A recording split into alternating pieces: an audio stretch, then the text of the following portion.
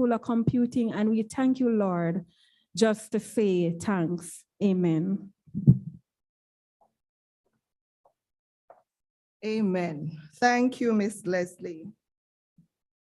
At this time, I'm going to invite Professor Sean Thorpe, our head of school, to bring you welcome.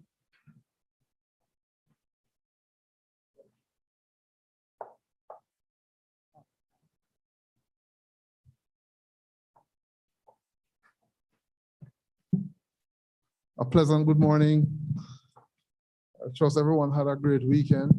Belated Happy Father's Day to all who are here and your families. And a warm and pleasant welcome to the University of Technology, Jamaica. Ms. Leslie, I think you could be a pastor now, you know. Listening to you pray a while ago, I'm going to probably add that to your things to do list, right? So it brings me great pleasure in having you here this morning to, launch these two new offerings of degrees by the School of Computing, namely the Bachelor's in Artificial Intelligence and the Bachelor's in Gaming. Listening to you pray a while ago, I'm going to probably add that to your things to do list, right? So it brings me great pleasure in having you here this morning to, launch these two new offerings of degrees by the School of Computing, namely. All right. So the School of Computing has a rich 40-year history with respect of offering qualifications to the public. It brings me great pleasure in having you here this morning. In the context of that, we are your preferred choice as it relates to, the opportunities of completing the curricula with respect of what the marketplace has always been asking for. We have prided ourselves on being the work-ready place of the world, and many of our graduates who leave this institution for over those 40 years, many of them now serving in the likes of the Google and the Microsoft and the Apple and all these other companies, not just local to our businesses that are here in Jamaica, but global. So in seeking to be here with us as the School of Computing, you are seeking to have an international degree outcome that allows you to see the windows of the world with respect of your opportunities leaving here at the end of 4 years. I'm not here this morning to tell you about the content of the degrees. I have some very able colleagues that will do so, and I have to thank them in the best interest of their time to come and sit down and unpack the offerings to you.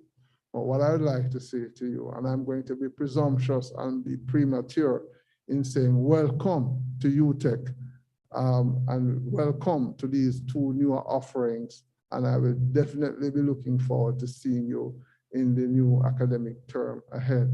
I'll be here intermittently throughout the proceedings. I might have to go in and out of 1 or 2 meetings and be back, but the idea, I'll make myself available at the end to support any question and answers. What I must tell you from right now, that these two new degrees will also have scholarship opportunities available for persons coming in for this academic year. Yes, while I was sitting there, I got the reassured phone call again that the government of Jamaica, namely through the Universal Service Fund, will be providing 2 scholarships immediately to candidates coming in for the term. We'll also be looking at several other scholarship opportunities, both at the level of aptitude and need to support our students who will be partaking in these programs of study. So this is a very good time to start looking at your opportunities, and these newer offerings represent what I'd consider alternatives to the traditional ones, which provide for you that creative space to now move in as a career. So again, thank you for being here, and I do look forward to the engagements that will ensue throughout the course of this morning and following on in the month of July as we do the registration and so on for the offerings. And please take up the opportunities of the scholarships as they make themselves available, all right? A pleasant morning to you all. Thank you.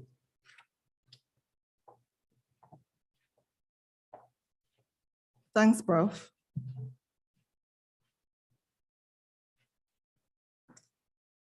I'm now inviting Mr. Tyrone Edwards, who will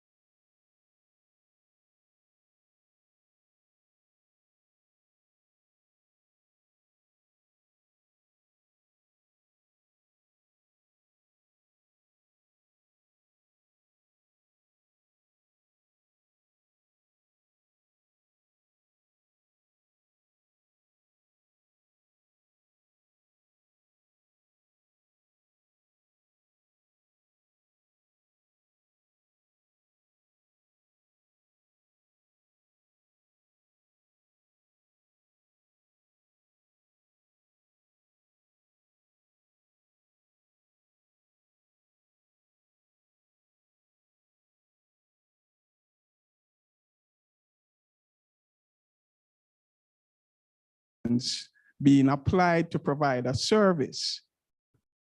Any other experiences? Yes, I'm hearing something starting with an S, like was coming from you. Yes. Being applied to provide a service. Any other experiences? Yes, I'm hearing something starting with an S. Siri, like was coming from you. Yes. Yes. So Siri is another example of the application being applied to provide a service. Artificial intelligence. Any other experiences? Yes, I'm hearing something starting with an S. Siri, like was coming from you. All right. So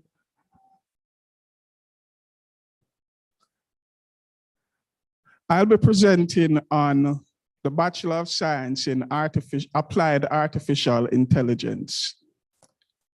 Now, you may ask the question, why would we be focusing on a degree program specifically as it relates to artificial intelligence? And the answer for that is we do not want to be left behind. If we intend to be competitive as a country and eventually as the Caribbean, we have to be in line and aware of these different technologies that are being used now.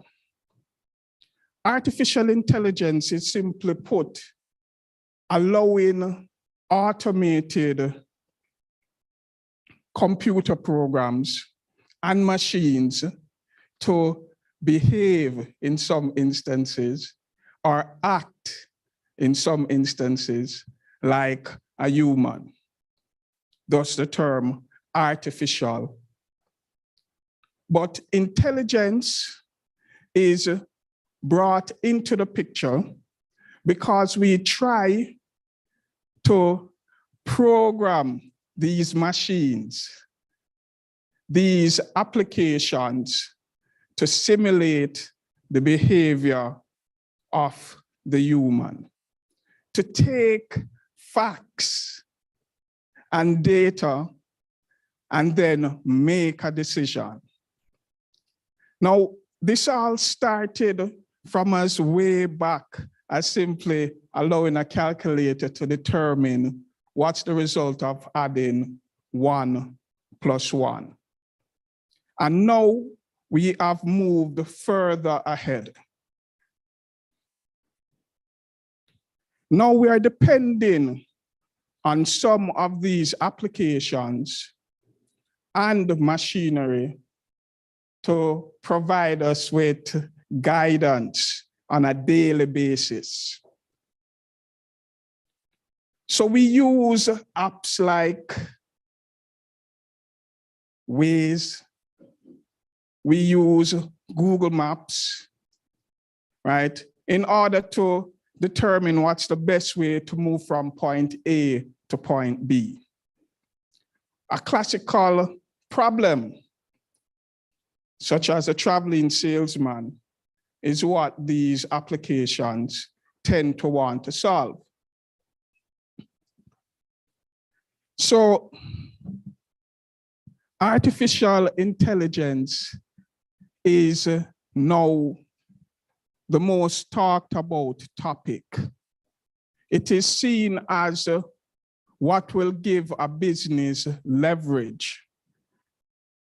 And that translates into how businesses compete locally, regionally, and internationally.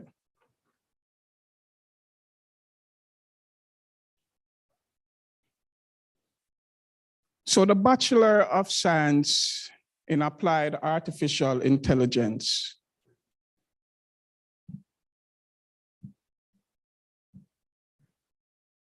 it is a 4-year Bachelor of Science degree program. And UTech has several models for degree programs that are created. And this one will use the model of the single major. There are going to be 128 credits that will allow you to be awarded this degree. We are focusing on preparing our graduates to have the skills in artificial intelligence and allowing them autonomy. And this is where we have acknowledged that as you go through a degree program, you may encounter specific topics or modules that spark your interest. But with the traditional programs, your course of study is already set for you. From first year to fourth year, we have decided what are the modules that will allow you to be considered a graduate leaving the university with a Bachelor of Science in computing, for example, or information systems, or computing and network security.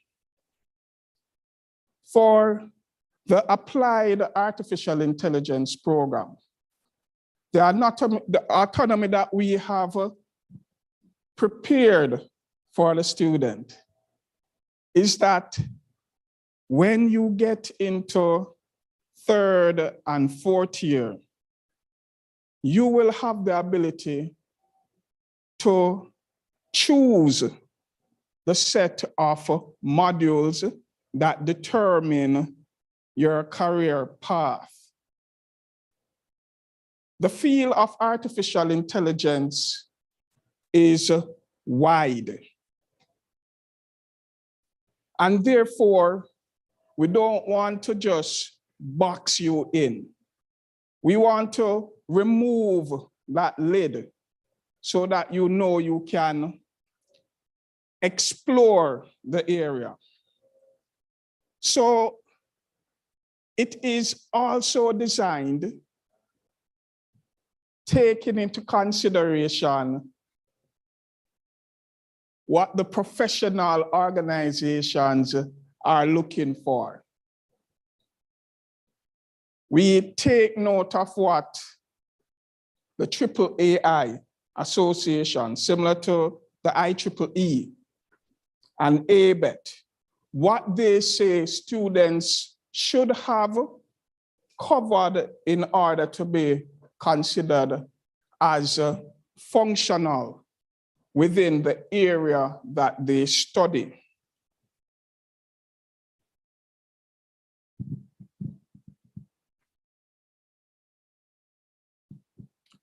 So we are looking to prepare our graduates to be able to create those computer-based systems that will integrate artificial intelligence.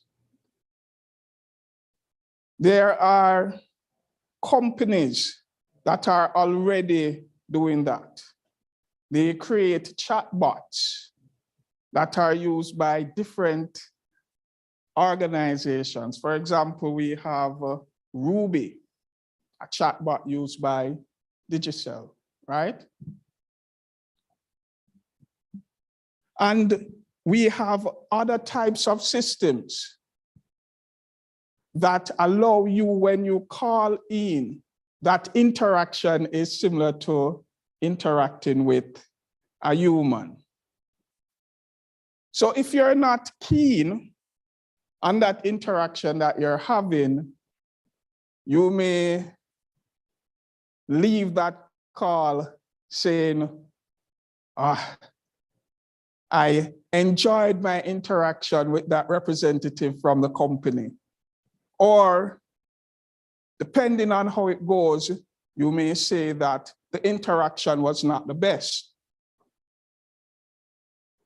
But those systems are created using artificial intelligence elements. We also want our students to be able to demonstrate fundamental knowledge of AI techniques, so enabling the correct application across different problem domains.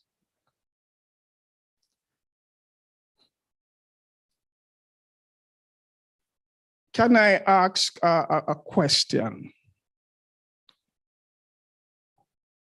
What has piqued your interest for this field of computing?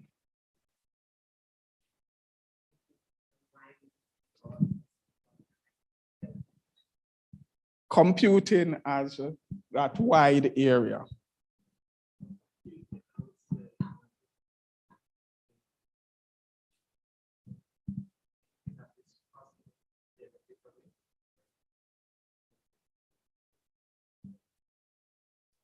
Good. We need to understand that the area of computing is also one that requires creativity in order to solve the problems that the organizations and our society has. So it's not simply about the mathematical concepts, but one also needs to have that creative view and that idea that solving a problem is not simply 1, 2, 3. but you have to take all of the variables into account and then applying what you glean about the problem in order to provide a solution. Computing is that area that I refer to as a foot in the door of every industry.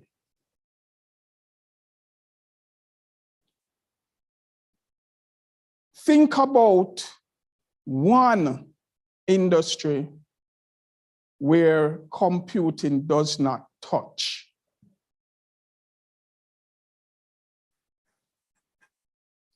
You realize I didn't ask you to think about the industries that computing actually plays a role in. It's a foot in the door.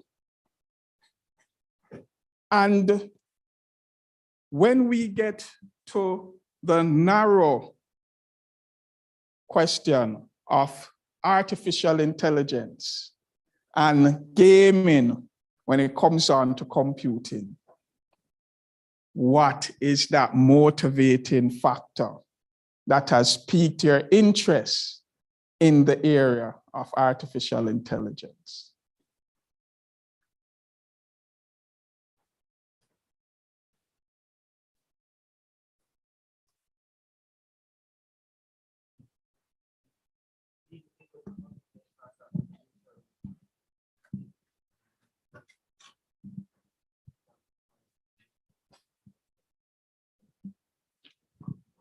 Okay, all right, so I've been a bad host.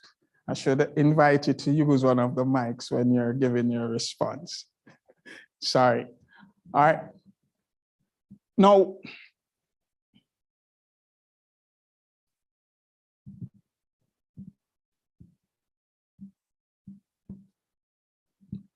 when we start to focus on the specific area, we think about the benefits that it will present. For humans, for decades, for years, we have been driven to improve our technology. So from steam engines, right, to electricity, to nuclear power, each of these technological advancements have driven what is referred to as an industrial revolution. And artificial intelligence, other areas such as Internet of Things, is now driving the industry 4.0, 5.0, where we're looking at how can we use these advancements to continue to improve the various services that are offered. Have you heard about the blockchain? And what does the blockchain currently drive? Cryptocurrencies. And even we can expect that the blockchain is going to play a role with the central bank currency that is to be rolled out, I think by the end of this month, they said, or shortly, right? So we want our graduates to be able to demonstrate, once you have completed this 4-year program, that they have that knowledge in the field of artificial intelligence so that you can apply it to any industry that you find yourself.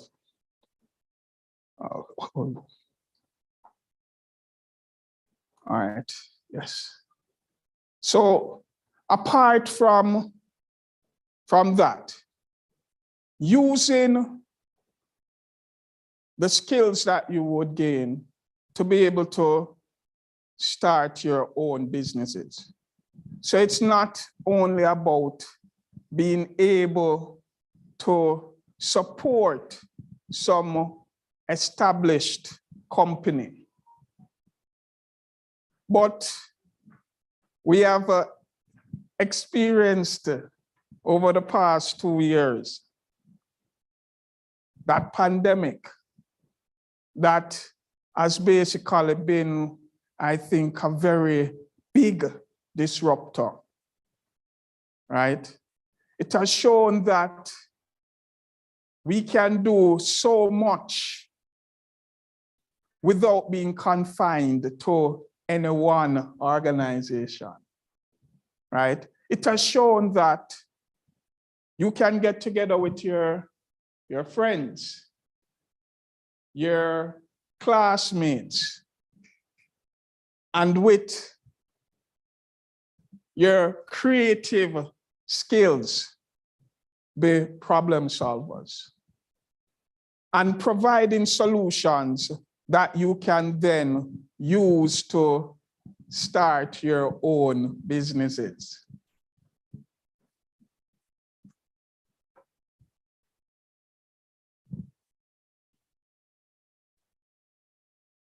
Research is an important component in any university program. It's actually an important component in any educational institution, right? You have been researching since you were attending, let's say, church school, right? When you're given Bible passages to memorize, right? They ask you about what you understand. But understanding comes from being able to research a particular problem that you're given. So we want our students to use research and development to drive the smart computer systems and initiatives for techno-entrepreneurship. Again, coming full on as a result of the pandemic, where we have heard in almost every conversation the use of the term pivot. So companies that are able to survive in this pandemic because they're able to pivot to the use of technology to continue their business. We want our students to be able to communicate effectively, right, to technical and non-technical audiences through the use of presentations, written and verbal computer information systems, right, sharing that information. There is this notion that the computing student is the one who sits in that office all by themselves because they only like to speak in ones and zeros. Anybody in here like that? Raise your hand. All right. But we want to dispel that, because we understand that in order for you to be able to go out there and to represent yourself, to represent your ideas, to present, you must be able to communicate effectively. All right? And we have not just specialized programs in the School of Computing that allows this to take place, but other modules supported by other schools such as liberal studies that focus on your ability to write and communicate.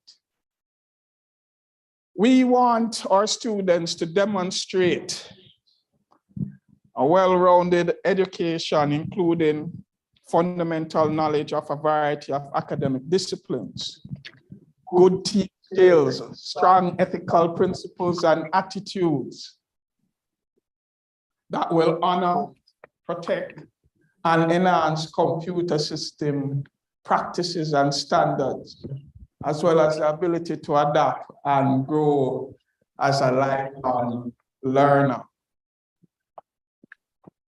As long as we are in the field of computing, we cannot remain still because it will pass us by. Technology changes so rapidly that today you're hearing about a new framework such as behavior-driven development and the frameworks that support that. You hear about languages such as JavaScript. You hear about Java, C, .NET, right? We hear about NoSQL. We hear about document databases. But if you pause for a minute, when you turn around to look, those won't be the buzzwords tomorrow. So, on that note, how often is the program? Good question. So, it's not just the programs, but the modules that are offered. There is a standard practice of reviewing those modules every 3 years. That way, we're able to ensure that we are not falling behind, right? So, these are the objectives that we expect for our students. Now, how do we enter the program?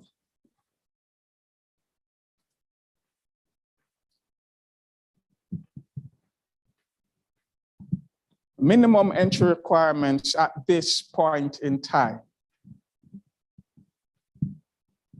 5 CSEC, including math and English, minimum requirements. We have 3 approaches for entering the program also. So the normal entry, so meeting the university's minimum requirements, but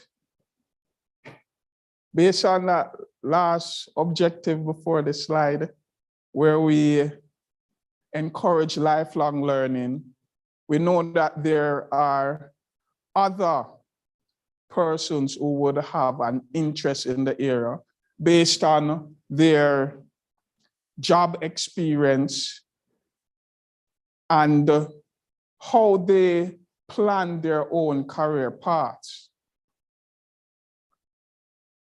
So that takes us to the PLA, which is another route for gaining admittance to the program, and advanced placement.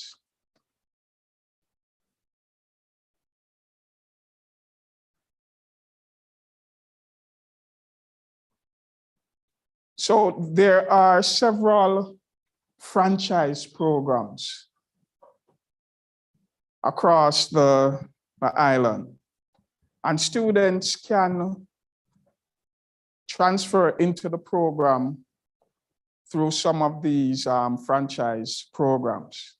And we also have from time to time students that transfer from other institutions to join our programs.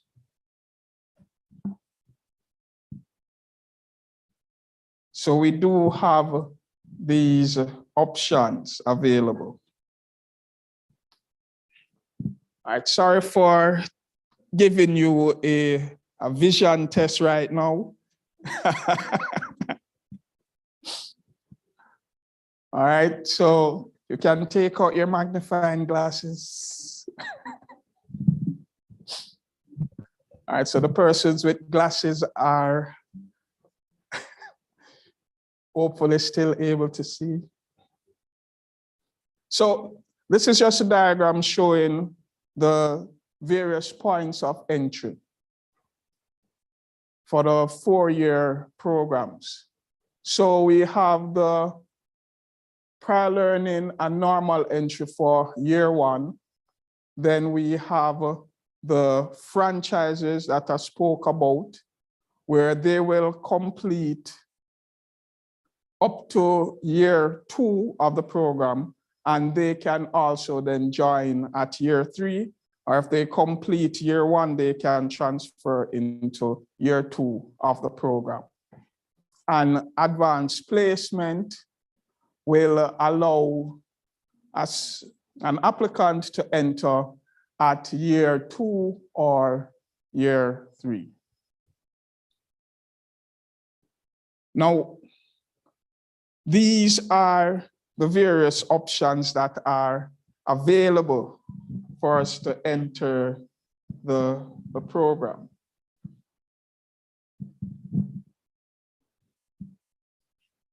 The careers that are possible.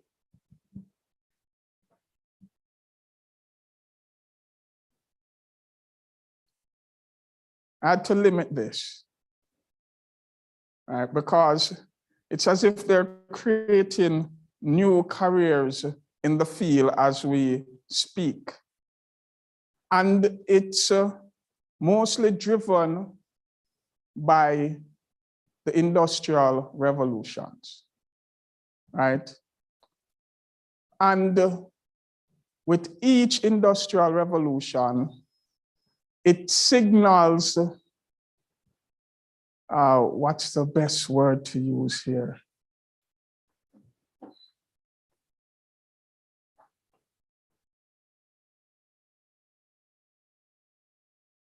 We make some job areas redundant, right? Technology seeks to offer us assistance in completing our tasks. There is a big reason we don't have a lot of manual laborers in the field, because the machines can do it faster and they don't need to rest. So with the Industrial Revolution being led with a field of artificial intelligence, there are many jobs that are no longer going to be available or around. They become written in our history, where we'll find out that this particular career has been replaced because of improvement in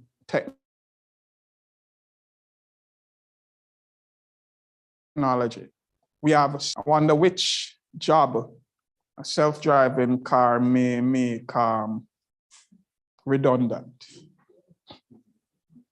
Taxes, I doubt that, right? We have delivery services that the use of drones have been tested on, with Amazon saying we're going to be making deliveries using drones, right? So we have robotics engineer, data scientists, data engineer. And those two are only targeting data. What companies have come to understand represents their competitive advantage. a company with years of data on the performance of its services and products utilize artificial intelligence to make predictive analysis, to give them an idea of what are the possible directions that these products can move in. We have developers and engineers for artificial intelligence and business intelligence and the big data engineer. So we have a BI analyst, developer, and engineer as some career options. I'm not sure if I'll be able to show you some of these videos, right? But they basically show you, for example, RoboCop, where this is like the FIFA World Cup, but being played by robots that are programmed to use computer vision and detect where the ball is on the field and where opponents are on the field. And the game is played just like how a regular football game is played. Augmented reality. We have even artists that are using some form of augmented reality to provide additional information on the pieces that they create. We hear about augmented reality being proposed as an era in tourism, where a client may experience the venue through virtual reality before they go and make a booking. And we also, as I mentioned, touch every industry. So also in healthcare, we have the application of artificial intelligence.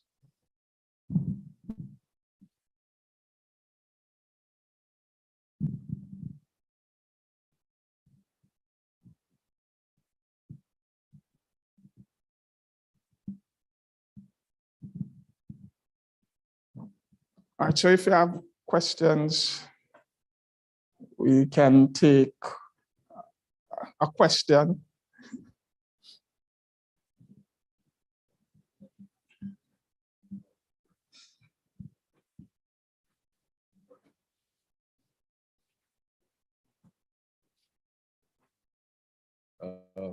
I saw that one of the careers was business intelligence. Yes. I'm just wondering what that is and how does artificial intelligence play a role in it? All right. Now, business intelligence will fall into that area of data engineering, where a business intelligence professional will take the data for an organization and, depending on the state of that data, they would need to clean, transform, and then analyze the data. So let's take an example like that related to the tourism industry, where we hear on an annual basis the number of visitors that come to the country. These visitors all don't go to one location. Now, depending on how the data is captured, the Ministry of Tourism, through its many arms, may ask, where do the visitors tend to go. When the decision was made to create that resilient corridor during the pandemic, it would have been data that drove that decision, which would be prepared by a business intelligence professional. So whether it is the engineer or the developer or the analyst.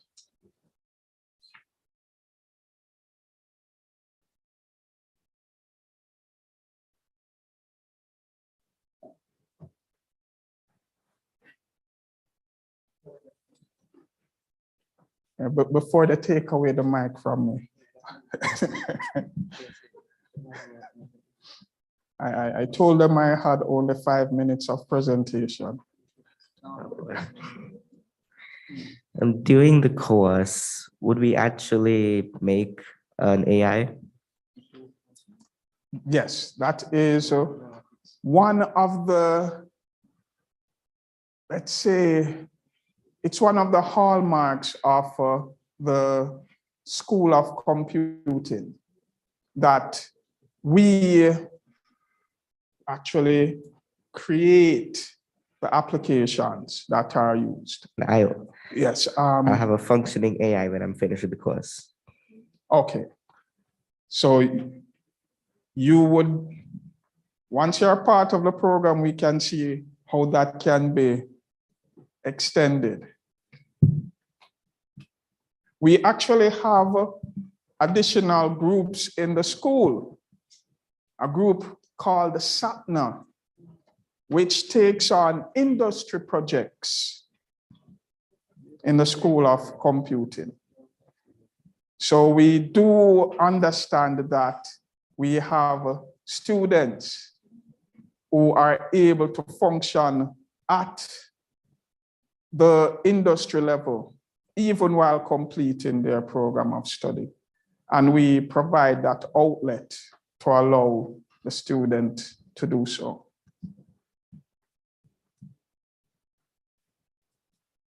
All right, so I will hand over. So thank you for listening to that 5 minutes presentation.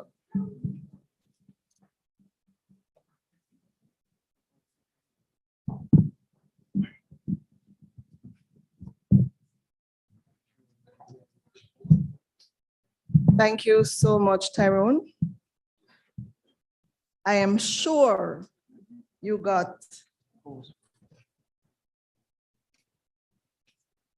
quite a bit of information about the AI program. So I want to test how well you were listening.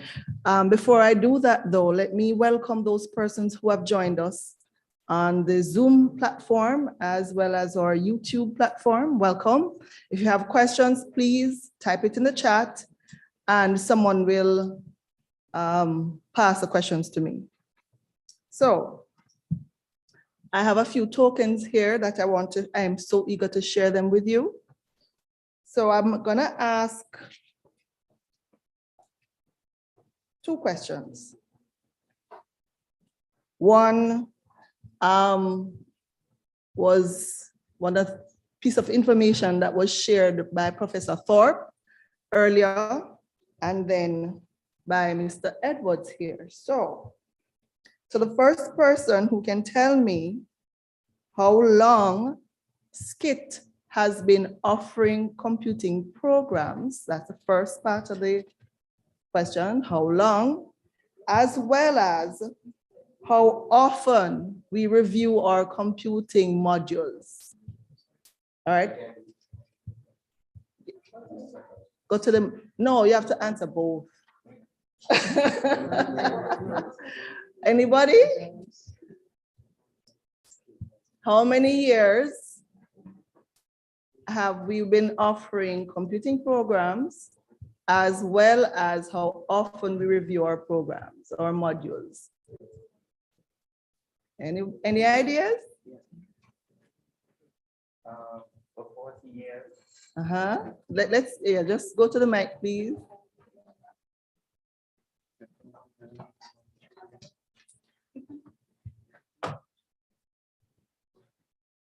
You've been offering the program for 40 years Mhm. and the modules 3 years. Very good. What's your name? What's your name? Derek McGregor. Derek. Derek. Derek. Okay. Yes. All right. There are other tokens, so please listen keenly. At this time, we are going to invite one of our presenters who will be presenting from the Zoom platform. He is Mr. Conrad Matheson, and he will be speaking to us about AI from the industry perspective.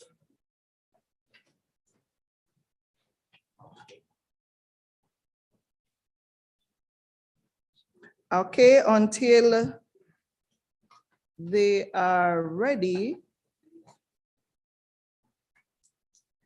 I'll just ask another question. So Mr. Edwards would have mentioned a few bodies that we consulted in order to determine what to include in the degree. I'm just asking for 2 of those. You can tell me if the answers are correct.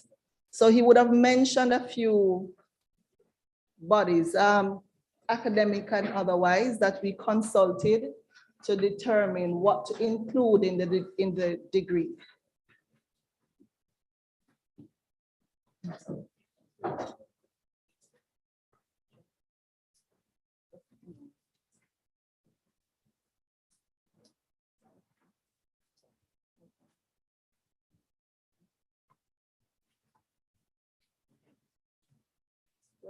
a moment.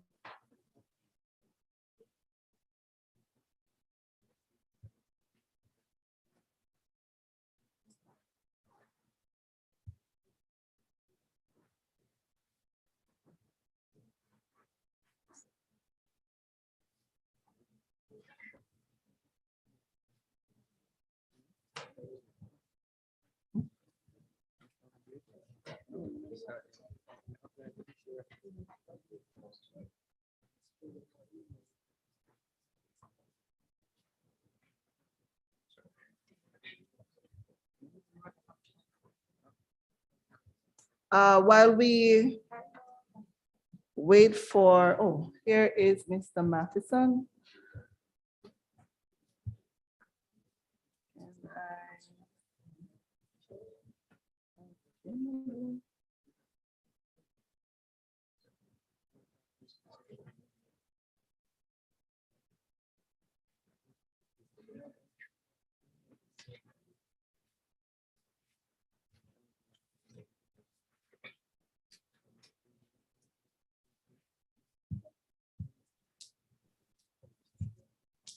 Okay, Mr. Matheson, let's see if we're hearing you. Can you say something, please? Can you hear me? No, just a moment.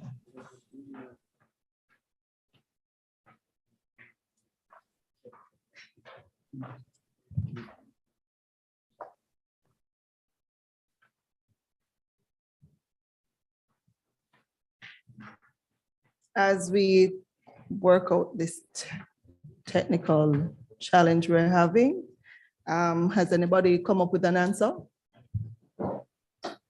No? Can you guys hear me? All right, let me ask a very easy one then. What's the theme for today's session? Programs, that's the first part of the. Anybody? Go ahead, the first person to the mic. All right. Go to the, no, you have to. Oh, I'll take off my mic. Hi, morning. Morning. All right. Your first step on the road to greatness. Say it like you're sure. Oh, first step, your first step on the road to greatness. Awesome. Yes, yes, you are very correct.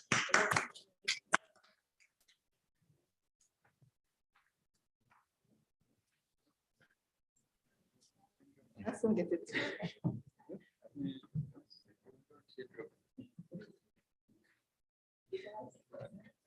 All right, in the meantime,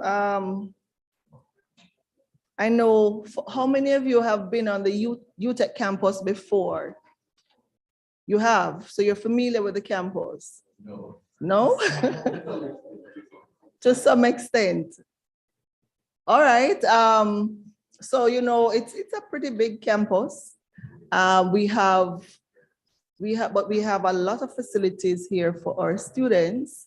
And one facility I want for you to be sure to familiarize yourselves with once you become a student here is that the scholarship office. Yes. There are too many scholarships there that are not taken up each year.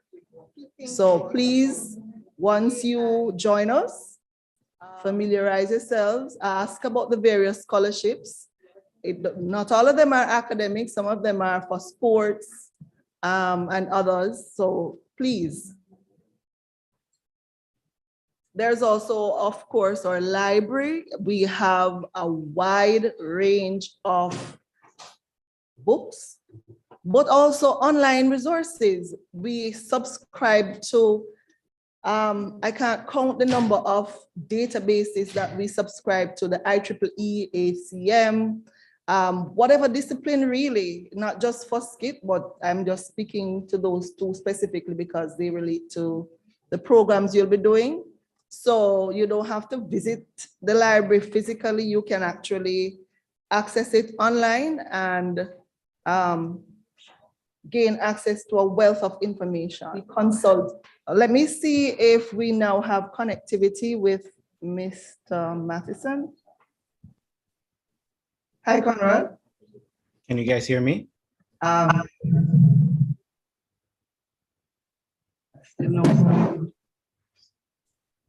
You still can't?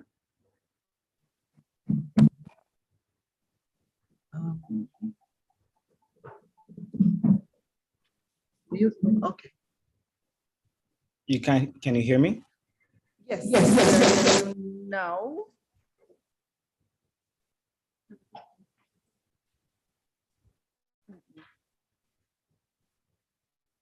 All right, go ahead, please, Conrad. All right. I hope the other students can hear me. Can you guys hear me clearly now? Can wave your hands if you can hear me. I've seen some of you. All right, perfect. Perfect. I've seen some familiar faces. Also now. I'm getting feedback on my side. Wait for, oh, here is Mr. All right, is that clear now? All right. So I just wanted, sorry, I wasn't there in person. I thought it would have been even more engaging in person. You can't hear me? All right, I could get to the auditorium in no time, so I could skip around. So if you guys could give me like 5 minutes, I could come around to the auditorium. Matheson, right. let's see if Sure, no problem. I'll be there in the stand 5. Are you guys able to hear me? Can you hear me? So, Mr. Matheson said he will try to get round to the auditorium. He's about 5 to 10 minutes away, so he can get there physically. Are you hearing what I am saying now? Just checking. Yes. Okay, good. Right, so we are able to hear him on the call. We're not too sure why you are not hearing him. We are hearing him. We're just wanting to share his screen. Oh. Did you enable share screen? Yes, you did. Okay.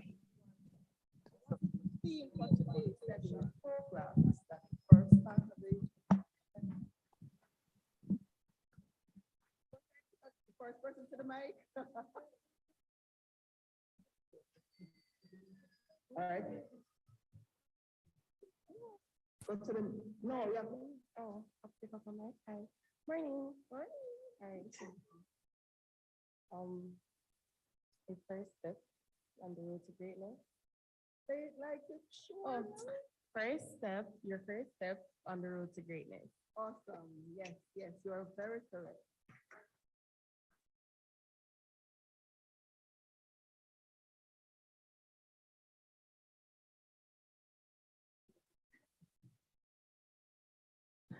Julian, let's see if we are hearing you more clearly now. Yes, I'm here. Are you still there, Conrad? I know, how many of you have been on the UTech campus before? You have, so you're familiar with the camp. All right, so I'm assuming Conrad is on his way here. Can we take? Okay, all right, so we'll now take Miss Christine Annally, who will speak to us about the gaming degree.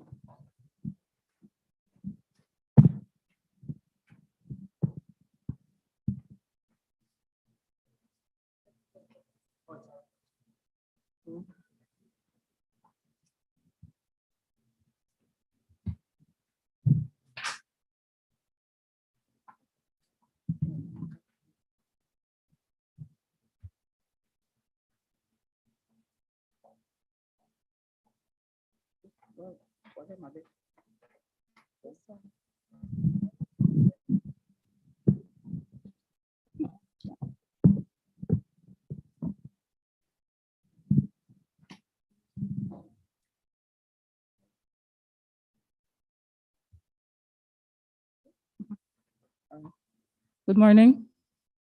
Thank you for joining us. I am Christina Newley, and I will be presenting on gaming. We have two majors, game design and game development.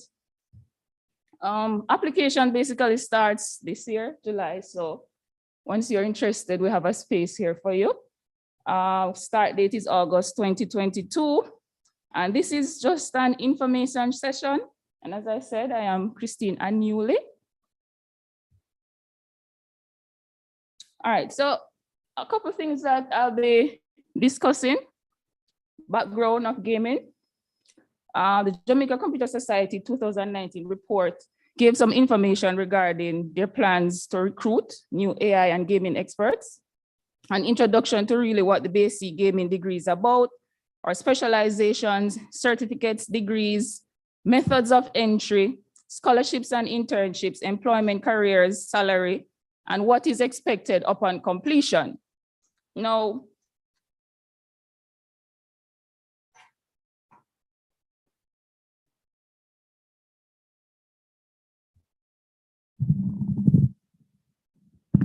most of what Mr. Edwards has said so far in terms of objectives of the school, in terms of degree, we have a standard way of creating our courses and our modules and how they are delivered.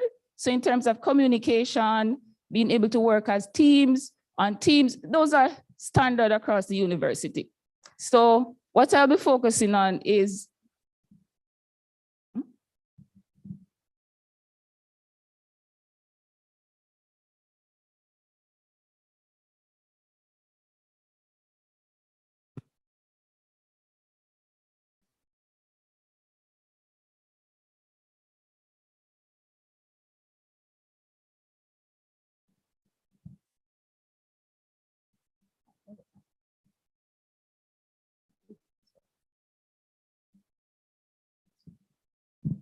okay, so finally, upon completion as a student, what should you be able to do? Because you want to know where your time is going and what to expect at the end of the 4 years that you're here.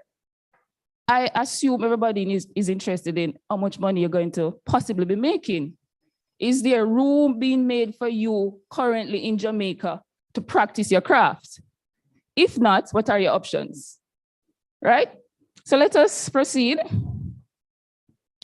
All right, so the gaming industry is growing at a compound rate of 9.64%, where mobile gaming is the fastest growing segment in game development. And why? Why is mobile? Because of accessibility. We all have a cell phone. we communicate, we share, we entertain. And that is why mobile gaming is the fastest growing segment of game development. You're still gonna have your Xbox and your PlayStation and your PC and your console, but currently mobile is leading the way. According to OG Life, a startup from the US building its own play-to-earn ecosystem, and the metaverse will be a play-to-earn ecosystem. NFTs, blockchain, all of those things will come into play. Most things are based on games because games are fun. Gamification and game theory keeps us interested in things. We earn points, we know what we're getting, and we learn. So the industry in 2020 was valued at US 173 billion. How many people in Jamaica? How many of you will be doing gaming or AI? That is there for you. A piece of it is there for you. You just have to take up the opportunity. And the first step is getting a degree. If you can't afford a degree, we're going to be having some boot camps. You're not coming to any boot camps? You don't have a first degree? We're going to have certificates. You're already enrolled in a program and you have a bachelor's or a doctorate, and this is something you may be interested in. We have postdoc diplomas coming. All right? So one of the main reasons for mobile gaming popularity, as I said, is accessibility. The increase in demand for mobile games result from various technological advancements and improvements, and we're familiar with them: augmented reality, Pokemon Go, VR, cloud gaming, and 5G. So these are the technologies that are driving the development and the interest and the opportunity for us to take advantage of gaming, especially streaming. The 5G is there. The processing is there on these laptops and these mobile phones and so on. So we are primed, and we're trying to get you primed to take advantage of these opportunities. All right, now the Jamaica Computer Society currently has partnerships with over 300 UTech and UE alumni involved in game development. And the Jamaica Computer Society is a group that most of us as students and IT professionals are a part of. That is your community. That is your support system. That will be your networking. So we have clubs and we have societies where you can network. It's a new program. You're not sure who to talk to, where your contacts are. JCS is already trying to recruit and keep a database of like-minded individuals where we can get internships, mentorships.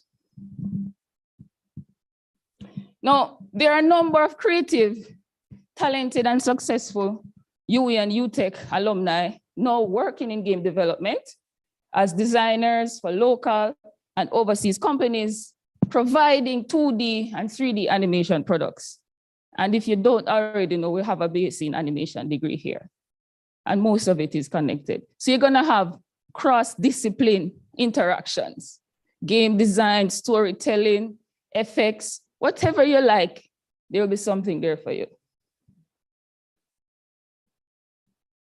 All right, so the BSc in gaming degree will produce students that will eventually become practitioners, opinion leaders, and policy champions. New technology needs champions in terms of policy making. Technology changes so fast, we can hardly keep up in terms of ethics, privacy, those type of things. This degree program is not just about producing programmers, gamers, designers, developers. We need intelligent, smart, innovative, creative people who are also going to be responsible or play a role in creating the policies that is going to govern our industry. It's new, and we have a responsibility. And we're hoping that at the end of the 4 years, you're not only going to be just practitioners in terms of playing games and writing games. You have a voice, and you're starting at the right point. You're getting a degree, and we're trying to prepare you, not just to consume, but to create and make an impact. Now, the limited availability of talent locally and the increased request for AI and gaming services is a growing concern for our businesses locally.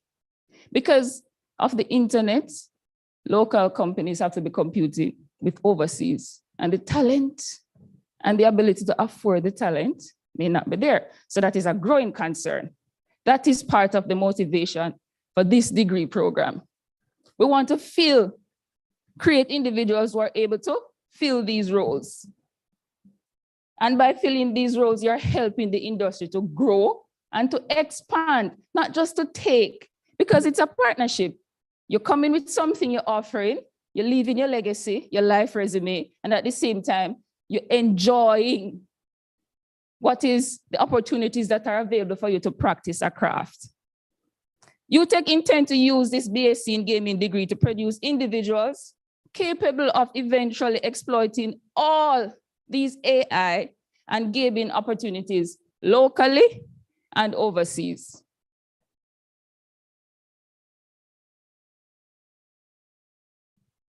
As a game developer, and that's a broad terminology, you will have the power to entertain and educate, creating products that transport users to the outer fringes of space. If you're into IT, you're into science fiction. You're into that sort of thing. We live in our ideas, the possibilities, and we just want to know that the tools are there and there's an environment where we can be nurtured so we can use these tools. That is the objective. So we're able to create these worlds from just the ideas that we have, or we can create tools for better medical diagnosis, and not just medical. We have transportation, finance, health, all of those industries. We have two specializations. Game development. Now, game development involves like character development. If you're into drawing, there's room for you in game development. This is where you're actually spending the time to do the prototyping. So someone has an idea for a game. It's just an idea. You have to put it down on pencil and paper, or you put it on any little computer you have and sketch out what the character is supposed to look like. What is the behavior of the characters? What clothes are they, skins they're going to wear? What are the weapons that they're going to be using? That is where you fit in, the design aspect of it. As a developer typically writes software code that translate artistic concepts, and it doesn't have to be your artistic concept. Everybody have a place and a role to play. So if you cannot draw, don't worry. Somebody will draw it for you. But you can code, so you code it. You're not good with audio, you're not good with effects, you're not, when things blow up and make all that, you're not good with those things. Don't worry about it. Somebody else will do that part. It is a team effort. So you typically translate artistic concepts into playable game features that can work on mobile phones, console systems, and computers. Our second specialization, game design. This is where you're going to be using those beautiful tools, because lots of tools are available out there that we can use to develop games. We have Minecraft, there's Unity, and if any of you here, anybody ever created a game before? There you go. What are some of the tools you're using? Okay. All right. All right. And guess what? Even though you're going to be coming to university to get a certificate, YouTube University is there. What is lacking from university is the support and the guidance. As Mr. Edwards said, we already designed something for you. What you're going to be doing next, what is the reward you're getting from completing it?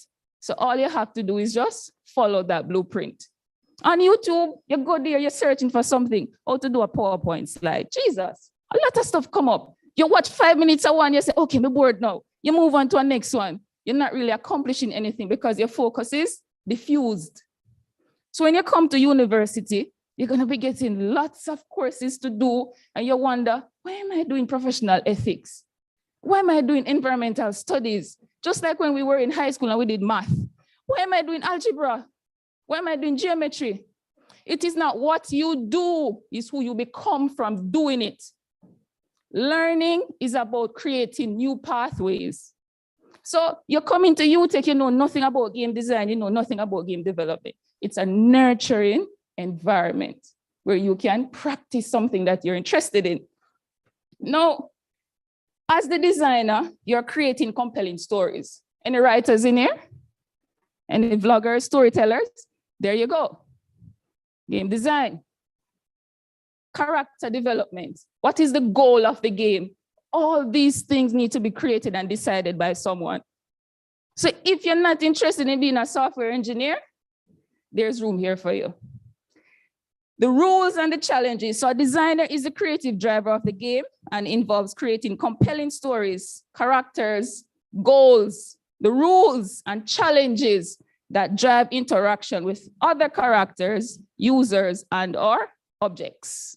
So we're using the tools, we're interacting with each other, we're getting an opportunity to tell a story, because really and truly, not many people end up becoming successful writers, and there are different types of writers, right? And you are a writer, you're interested in computing. You're going to storytelling. There are many ways to tell a story. So whatever you're practicing or you're interested in, there's something for you to do, either in the gaming or the AI or the animation, once you're inclined to creative, artistic work. It's a 4-year degree. So the 4-year Bachelor of Science Gaming degree will use the UTech Jamaica model proposed for a professional single major of 125 credits. So you'll be 35 credits, sorry. So this program is divided into modules or subjects, and each will have certain credits assigned to it. 4 credits, 3 credits, 1 credit. When you complete these credits successfully, then at the end, you should have 100 and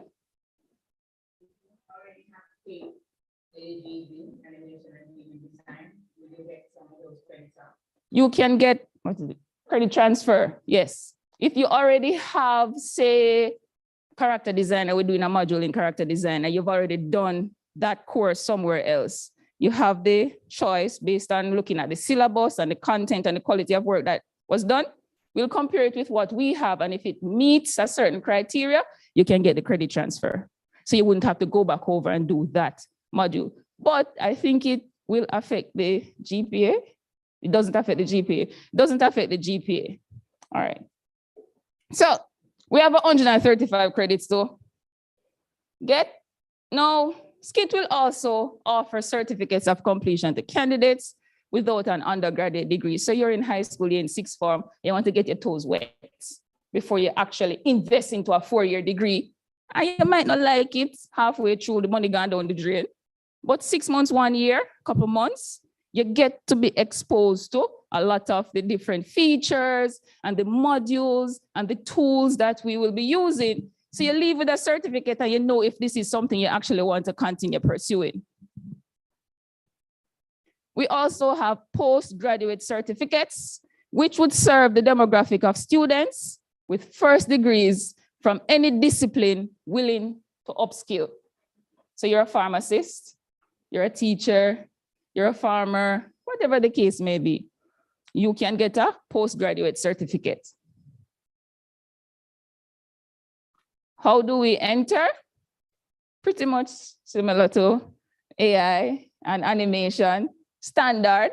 All you need is 5 CSEC GC O-level passes, inclusive of English, math, grades 1, 2, and 3 from June 1998, and also some GCO level passes, A, B, C, or equivalent. Now, the normal entry pretty much is you have some subjects and you satisfy the university normal matriculation requirement, then that is considered a normal entry, meaning you leave in high school, you're 7, 5, 6 subjects, good passes, you can get in. Assessments, PLA entry. If you have not satisfied the university's normal matriculation requirements, you may be accepted into year 1 of the course using the PLA route. Advanced placement. Eligible for advanced placement are those applicants from other approved educational institutions who may be granted transfer credit or module exceptions for undergraduate and postgraduate courses of study. So if you're doing undergraduate or postgraduate course of study, that would be an advanced placement.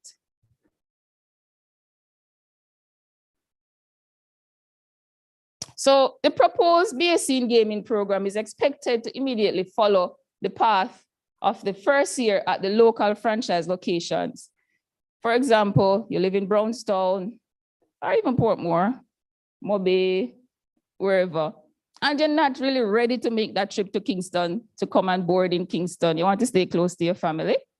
You have the option of starting at a community college in your area.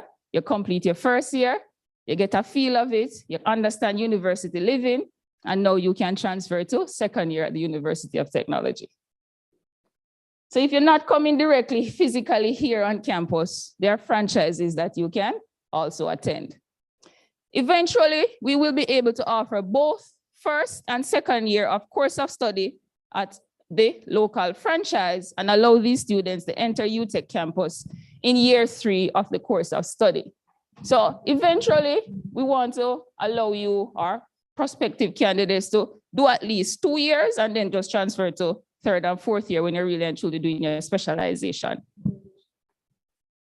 All right, so Mr. Edwards already went through this. Same, so I will not go back through this one, the diagram that illustrates the path. SCIT will have an optional paid internship program for students who have completed their second year of study. How does this benefit you? No, this area of study is more practical than, say, if you intend to be a teacher. You're going into the working world. Persons want to see portfolios. They want to know what experience you have. And we figure that while you're here to help alleviate some of that anxiety and uncertainty, we would offer internship where you'll be placed with industry leaders or companies. So you get a chance to network with the employers and gain valuable work experience. And guess what? While you're getting that knowledge, you're not necessarily in a classroom, but you're still earning your credits that goes towards that 135 credits. So you're learning, you're networking, you're meeting people who are doing actual work, and that is still being contributed to your credits. Next. The Cooperative Education Program is a joint venture between SCIT and employers in the industry to help to better prepare us for employment. So we may have a realistic expectation of what is out there, knowing where to start, what your duties may be. So that is the intended outcome for you to understand and not be naive and think that, okay, you're gonna leave UTech, you've never worked, you don't have a portfolio, and you want to get $5 million a year. You need that experience, and that opportunity will be available to you. Students have the opportunity after completing second year of study to undertake up to 12 months of paid industry employment, both locally and internationally, either virtually and or face-to-face options. So we not only have partnerships with local people, we have lots of UTech and UE students overseas who are part of our alumni, who are working for companies who are willing to mentor and also offer scholarships. Game developer and game designer jobs across the industry. So what can you expect, or what type of jobs are available? How will you know how to describe yourself, or how will you know how to pivot or sell yourself? Or your skills, then, not yourself.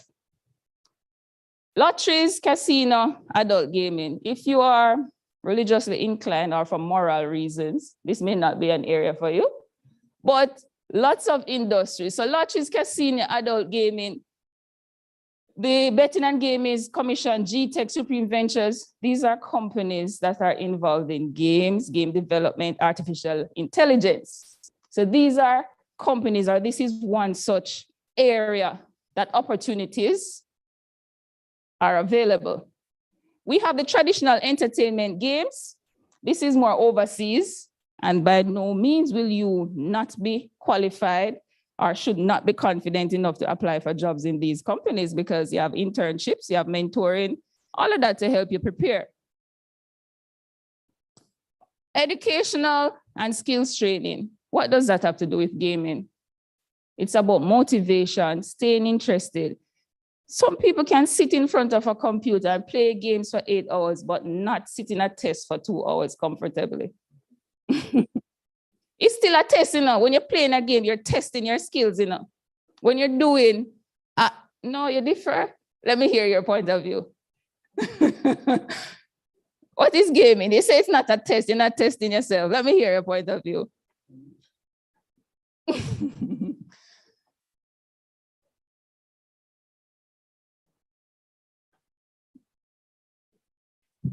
Well, in gaming, you don't necessarily need to test yourself. You don't have to be doing something challenging for 8 hours straight. You could be doing something fun. Yes, correct. The reason why I say it's a test is not necessarily something that tests your worthiness. It's something new. And when you make a click on, you're testing to see if it's going to work. You're testing to see what is going to happen. You're testing your preconceived notion of what is to happen in this game. So for me, game playing is a test of self. For me, it is. So that is why I make that association with why is it that when you get a test or you're in class for learning, it can't be as fun and be as engaging as actually playing a game. So with this BSc in gaming and AI, it is hope that education has not been disrupted other than just remote learning and online learning. And the level of completion doing online courses is so low, you don't even know if it makes any sense. It's available, but it is so low. So gaming in education, Edufocal, Hard Trust, Ministry of Education, these are all institutions that are looking to disrupt education, to try and use games and game theory and game technology to make it more fun and engaging. Wouldn't you like to have as much fun learning in a classroom as playing video games? I would. But it's how the reward system is set up. So there's room for you in all these industries, depending on what you choose to focus on. So you're not just going to be sitting down in front of a computer, just writing just games. Games have impact. They serve a purpose. We have therapy and rehabilitation in terms of helping persons with disabilities to walk again. You can write technology to solve those problems. We also have local software houses and developers of traditional user interfaces and user experiences. So these are all companies that most of them are local. The only traditional entertainment game, obviously traditionally video game is first world. Now we're getting into it, but everything else you can find locally. The money may not be what you want it to be, but good thing is you're not restricted to just be physically here to work.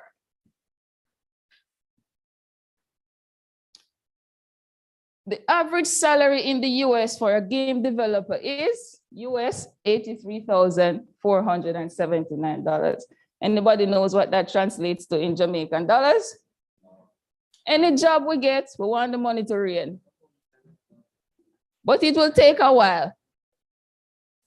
So in Jamaica, the average salary for a software engineer is say 2 million Jamaican dollars. And I think this is, and that work out to like what, 13,000 US dollars?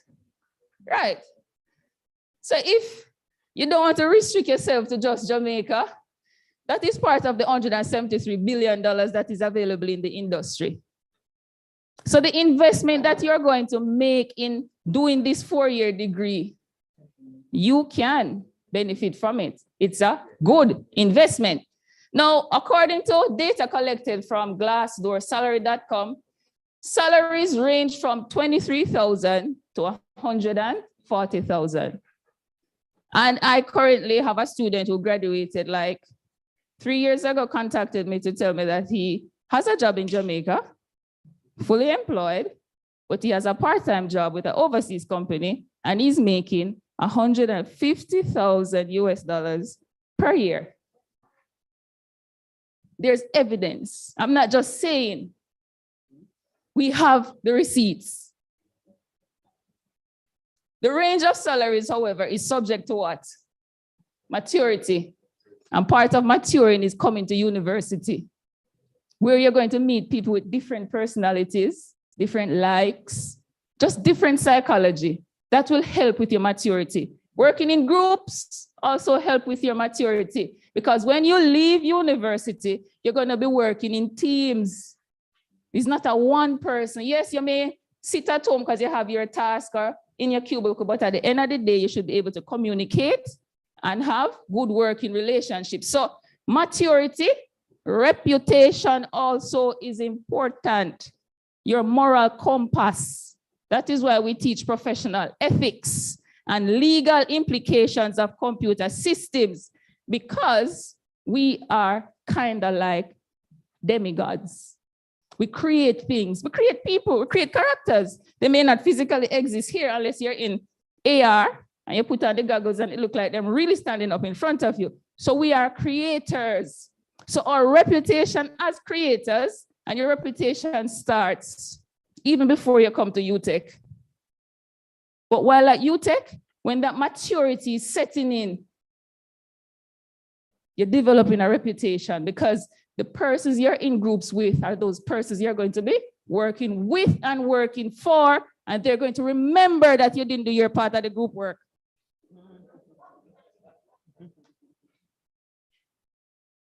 Or they're going to remember that you went above and beyond on that group work. There's not one track to succeed. That is not to say you have to kill yourself on every project, but your reputation matters. Clientele, as in, who have you worked with? What have you done? So if you haven't worked with any company, you know what you have to show? Your portfolio. Those days when you sit down and you draw, you design, you write. Nobody not seeing it. Nobody has to see it. But they're going to see who you become from spending the time to do the work. So the clientele, if not the clientele, then your portfolio of the company in their respective industries. So those are some of the things that affects your salary. So while you're here at UTech, you're gonna be working on those things that makes you marketable and set you apart from everybody else. Your maturity, your reputation, and the work that you have done.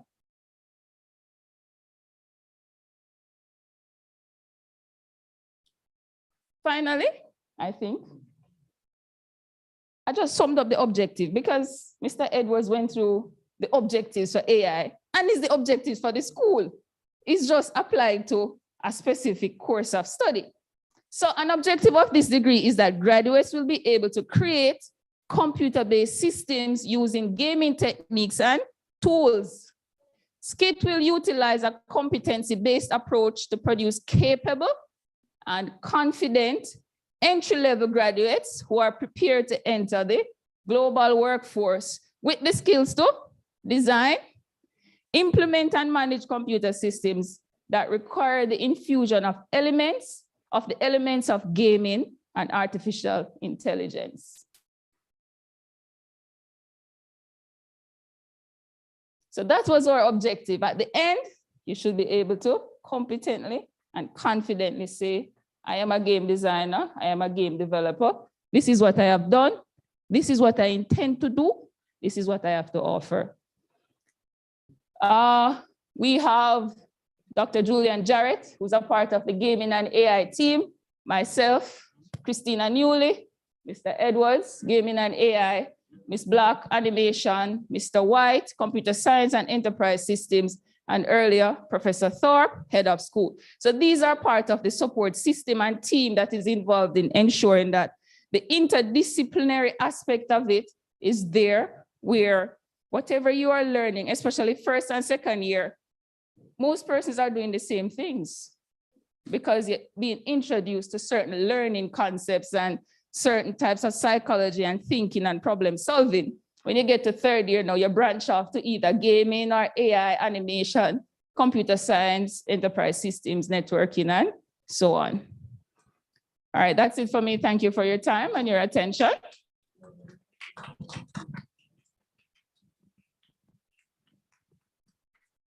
Go ahead. What is the cost of it? I know that was coming. Sorry, Dr. Thorpe will get into the details of how much it will actually cost each student to attend the university. For students doing this specific, will it be able to like integrate into other schools as well? So if somebody is doing this and also doing something else and wants to integrate that in there, is there like courses that help to create teamwork in those two fields? Okay, we have cross-discipline modules. So we have modules from every faculty and school that we currently have. We have electives, right? So we have school electives and university electives that you can choose from. So if this eventually becomes an elective, if you're in any other school, it's not an elective, it's a full, right? So but it would be just a course in it that is going to be, or a module or a subject that would be the elective. So if there's any part of the gaming development that you are interested in, you could possibly do it as an elective. But if you are already interested in something else and you don't want a degree, but the knowledge you think is important, you can get a postgraduate diploma. And it's all relative to the student, right? Yes. Yes. It's what you Christine, want and the may plan I, you have and the direction you want to go. Christine, may I add to something the student said? I don't know what she says. Is she hearing? So Oh, yeah. my question is that, well, I've been seeing how courses will be set out in, other schools, especially those in foreign. And I'm wondering, right? Because I see that, you guys have spoken about specialization. As you already mentioned, there's different areas in game development, arts, music, and so on and so on. How will this course play out? Is it that we'll be doing all of them, or will we sooner or later get to the choice to specialize in a course? All right. So the first 2 years, pretty much everyone is doing the same thing. You're doing math, English, you're doing programming. There are certain basic courses that you have to get out of the way. So when you get to third year now, approaching third year is when you decide, okay, maybe I'm going to be doing game development, or maybe I'm going to be doing artificial intelligence. So you get to decide which track you want to go, but everybody pretty much start off on the same track until you get to third year. You branch off to your area that you want. Now, with this, say you want to do gaming, the specialization then now when you decide you're doing gaming, based on the specialization that you choose, that will determine the modules that are available to you for you to sit. And in the end, whether you're doing gaming or design, it should equate to 135 credits. Okay. Just one more, I guess. Will this course also cover by gaming? Does this course also cover everything, even the creation of board or tabletop games? That portion of it will be covered in the animation modules. Okay. Okay, that's all. Yes. In short, yes.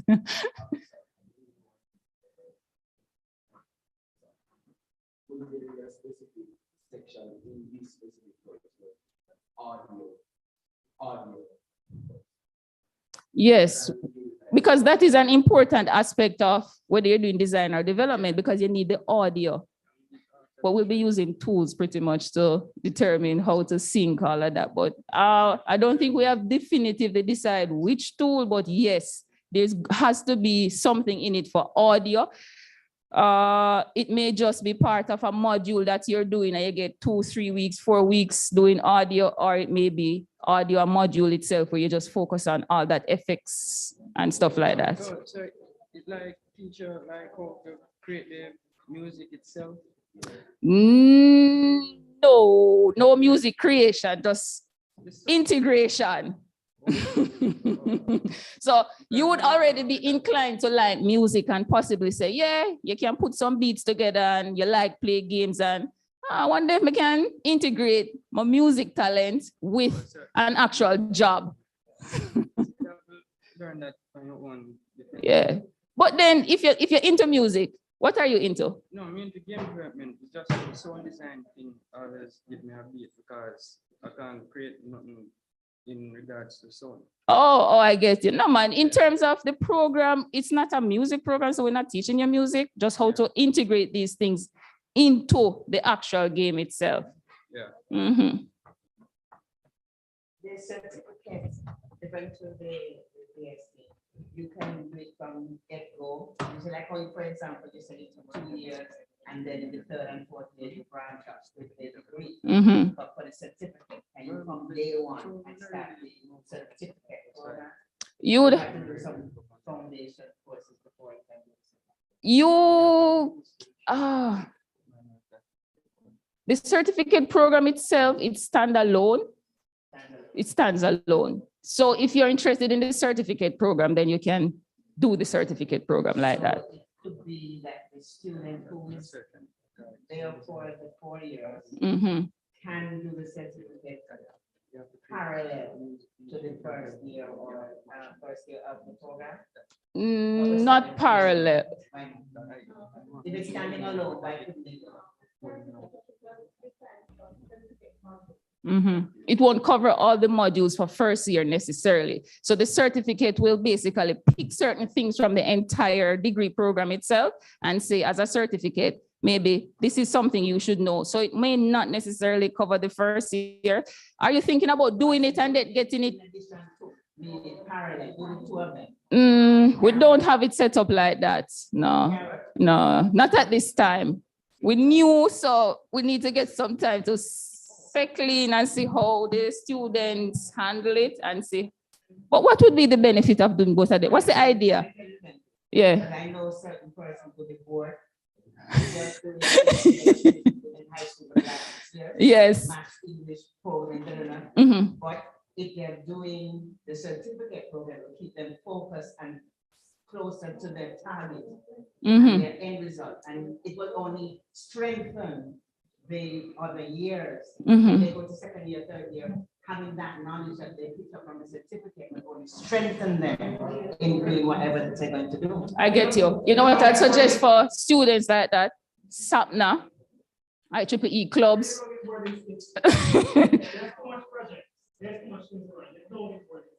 Well, it depends. I would say it depends on the person and the level of interest, because we are going to be getting some students who are just curious, and we're going to be getting students who've been doing this for a while and are competent, or probably as competent as their teachers, are more competent.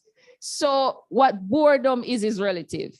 So if in case of boredom, you want to remain engaged, we have clubs and societies, and our most popular and most engaging is the SAPNA, where you get to build and work on actual real world projects.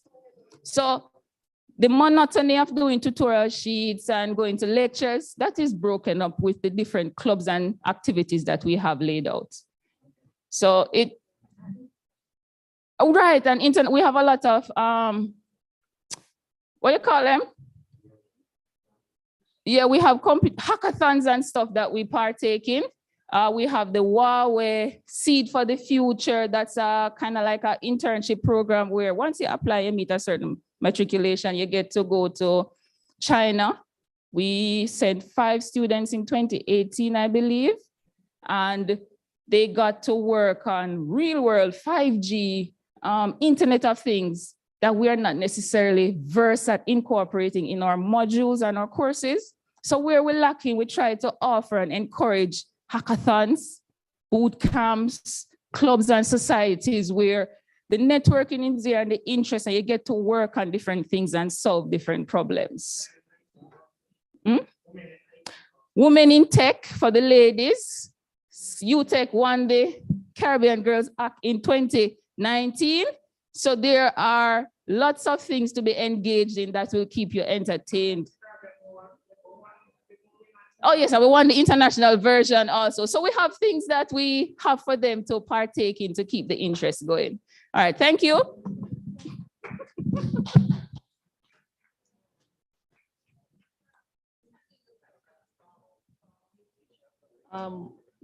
Are there questions there?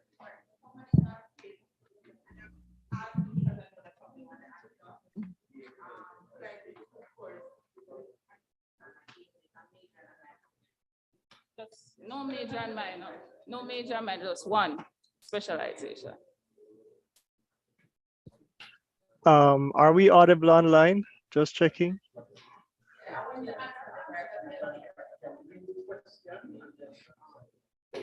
Oh, so there's a chat.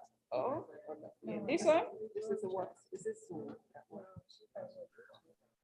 Okay, so but for the question about double major or major and minor, we do not currently offer double major or major minor. One thing you get, one specialization. But with that one specialization, remember you're doing a number of things from other disciplines. So you're still gonna be exposed to other areas.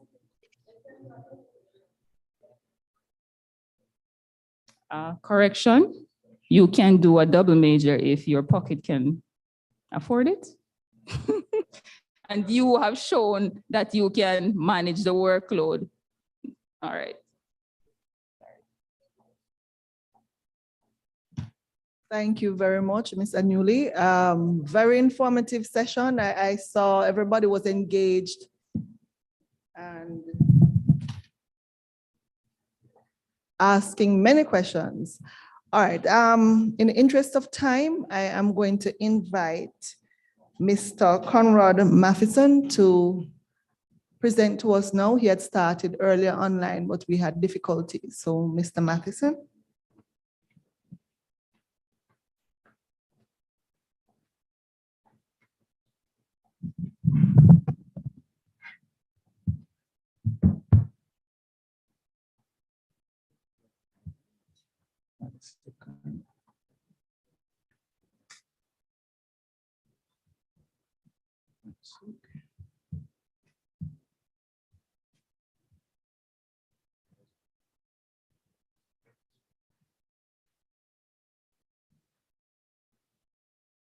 So good day, everybody.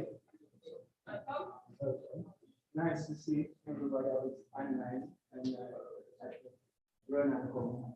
And what I want to do today, sorry, bro, I'm gonna keep on coming back. I wanted to just apologize to them. All right, good.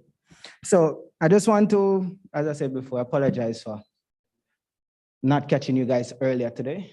Nice to see you.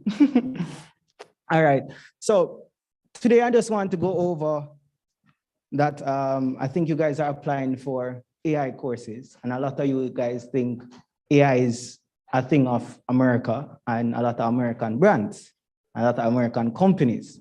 So what I want to do today is, I maybe should first pull this up. Let me just put my company profile right here. 1 second. All right, so I'm gonna pull it up for you first to just give you. So as a company, 2017, so I just heard about China. In 2017, a company that I own and manage. So I'm Conrad Matheson, right? And in 2017, I went to China to learn data science, right? So some of you in here, you're looking at AI, but you don't understand that AI is not a singular industry. It's not a singular industry, right? It's like a center industry that works with a lot of other industries at the same time, right? And one of them is data science, right? And a while ago, somebody was asking about sound. A lot of it is also media. For AI to work, AI cannot work without content, right? So you may, not because you're interested in AI means you need to be in an AI course. Maybe you need to do the content for the AI course.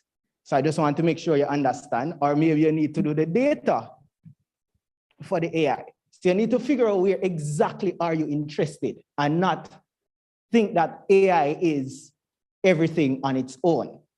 But you understand? So how I was able, so we're going to talk about some of the successful AI projects that I've done, both locally and overseas. And one such case is a local case, and we talk about Champs. So the first AI that we did well was Champs, and we ended up with I got the Prime Minister Youth Award 2017 for it.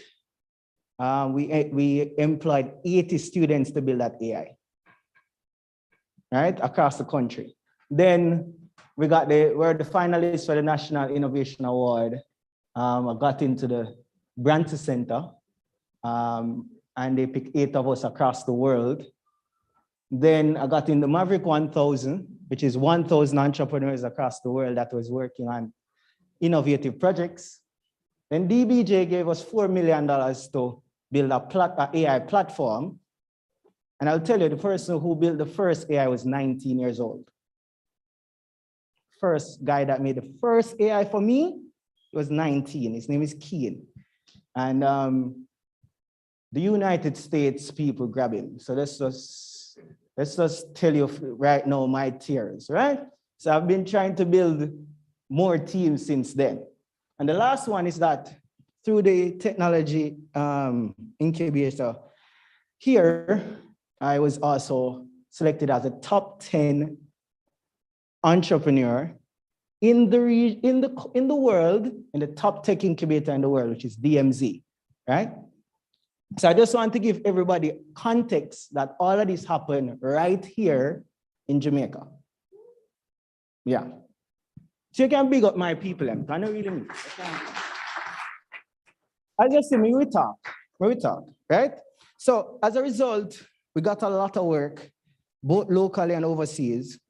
And I'm an avid sports fan, right? And one of my team members, what you need to understand is AI is not technology by itself. Again, and I like to isolate cases for you guys to understand. So I have a lot of coders in my company that I have a lot of problems with. Here why. They like to code, they don't like to solve problems. Now, coding doesn't give you the 80 grand that you saw on the screen, because everybody in the world can code. And let me tell you, it's cheaper to get great coders from India than it is from Jamaica. And they are better. Sometimes. While me get some from Ukraine, sometimes I get some from just recently in St. Lucia. Some of my best coders in my team are from St. Lucia. And they're really good. So our recruitment strategy is like this. One, I'll be lying. We actively go across the region first. So we're active regional company. So we realized that we couldn't find talent in Jamaica. So we're now a 4-country hub. So our UI UX people, we find them better in Trinidad. Realize Trinidad have very good design schools. So we go to Trinidad and we go find them, go meet with them or ask them, tell them about the projects that we want them on. And we look at their final year projects. And we do like what we're doing here at the university. We tell the university projects that are coming up for us and give them to the students to work on as sample projects early and then see where they go from there. And then if we see one that comes up with something that is close to what we're looking for, then we scale it, right? Because one of the things we believe in IPP is very simple, is that if you're not exposed, you can't do it. And one of the biggest things is that we call it the 3 E's, is that experience is one, education is one, and exposure is the other. Now, most times, your brain cannot manifest something it has never even been exposed to.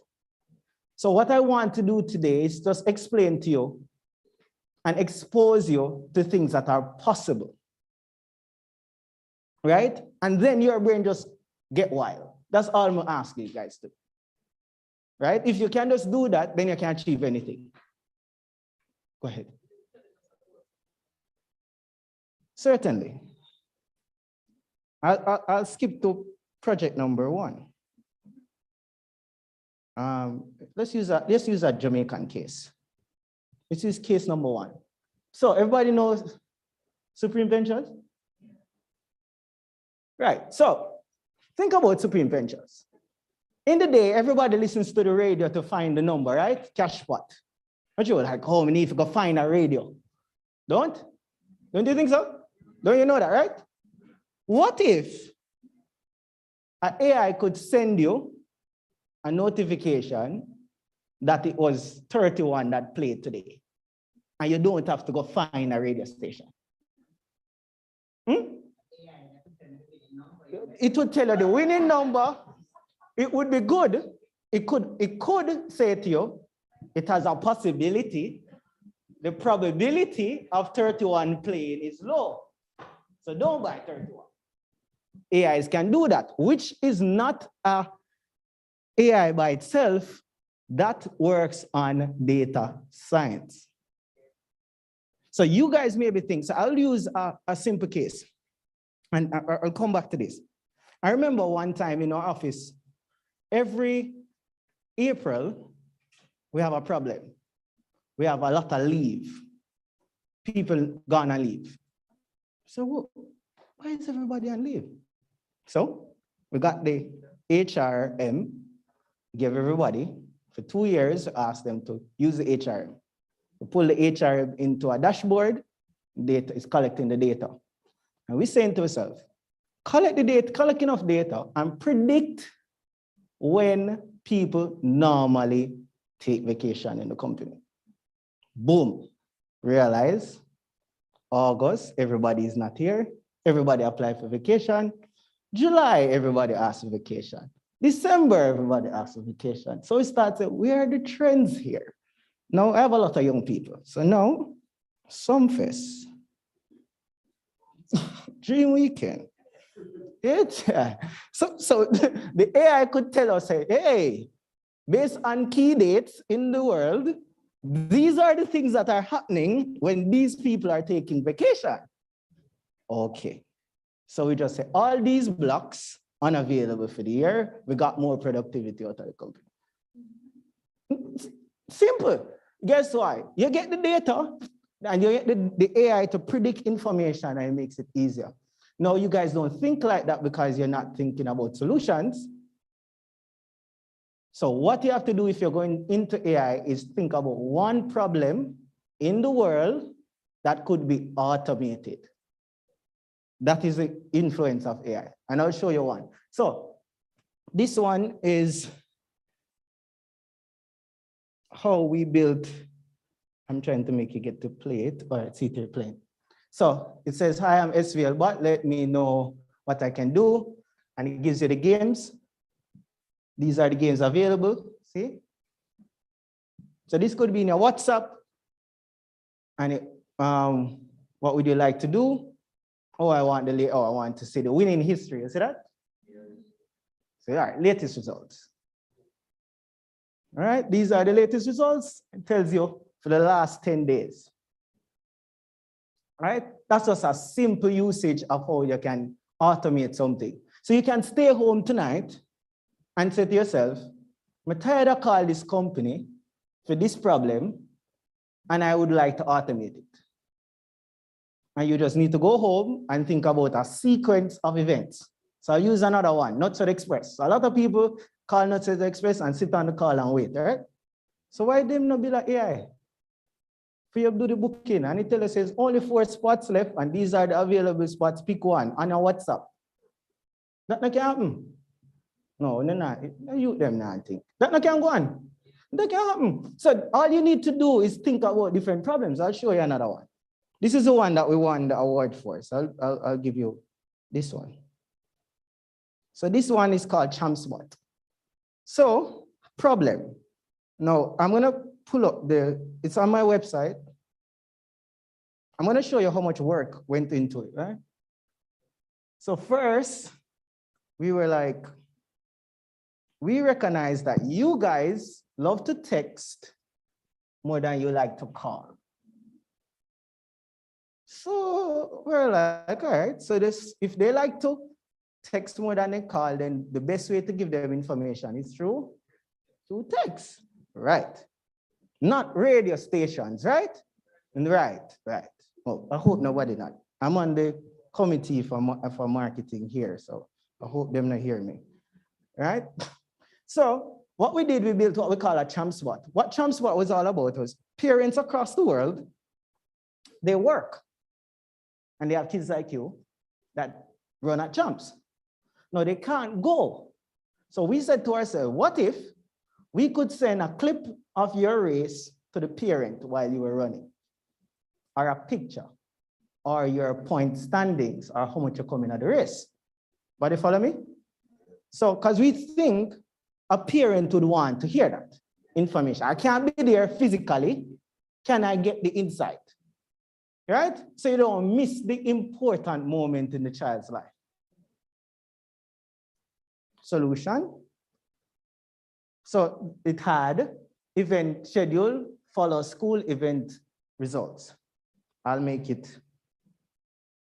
In one day, we had 4,000 active users and 294 messages between the chatbot and people, right? Each person spent about 2 minutes with the chatbot. And everybody finished the conversation with a robot saying, thank you. And another one that I didn't put in the thing, I love you. Yes, because we put in the chatbot. So we had a part in the chatbot called small talk, right? So people say, hey, how are you? And they say, hey, beautiful. And then people, the Jamaican people, get curious. So start put lyrics to the chatbot, but we did build lyrics in the chatbot already. So we build the scenarios back to back. So if you say wagwan, we say wagwan. If you say psst, we say wagwan, baby. We put in the things to make sure the chatbot was relevant. And at the end of him say, boy, you know me, I have to get back to work. And he said, boy, I love you. Funny. So I'll give you a little video so you can see how it works. It has, all right, I can get the sound of it. So this was a demo. So what it will do is show you. So it's I am Alex, your personal champs bot. What happened? Oh, yes, maybe Windows switch off. Right, so what it did here is that, yeah, so get started. You will see a school, scroll across, follow your school. Then I ask for the schedule to send you the schedule for the day and whatever it is. And your parent will get that information basically daily, every time you run. And all we did was a combination of working with TVJ, who would have had the data about the races and get their database on the placements. We also have an agency, so the agency was already at the finish line getting all the pictures. So all we did was pull in the pictures from a Dropbox, properly labeled per race. As the race is done, it's labeled 100 meter, whatever, and just pull in the data from there. And all of that combined together got the information. By the end of champs, we had 13,000 people on the platform. It was well used. We were sent to DMZ. DMZ asked us to do it for hockey because parents also have the same problem. And other brands all across the world are asking us, how can we use this for national and international events? Now,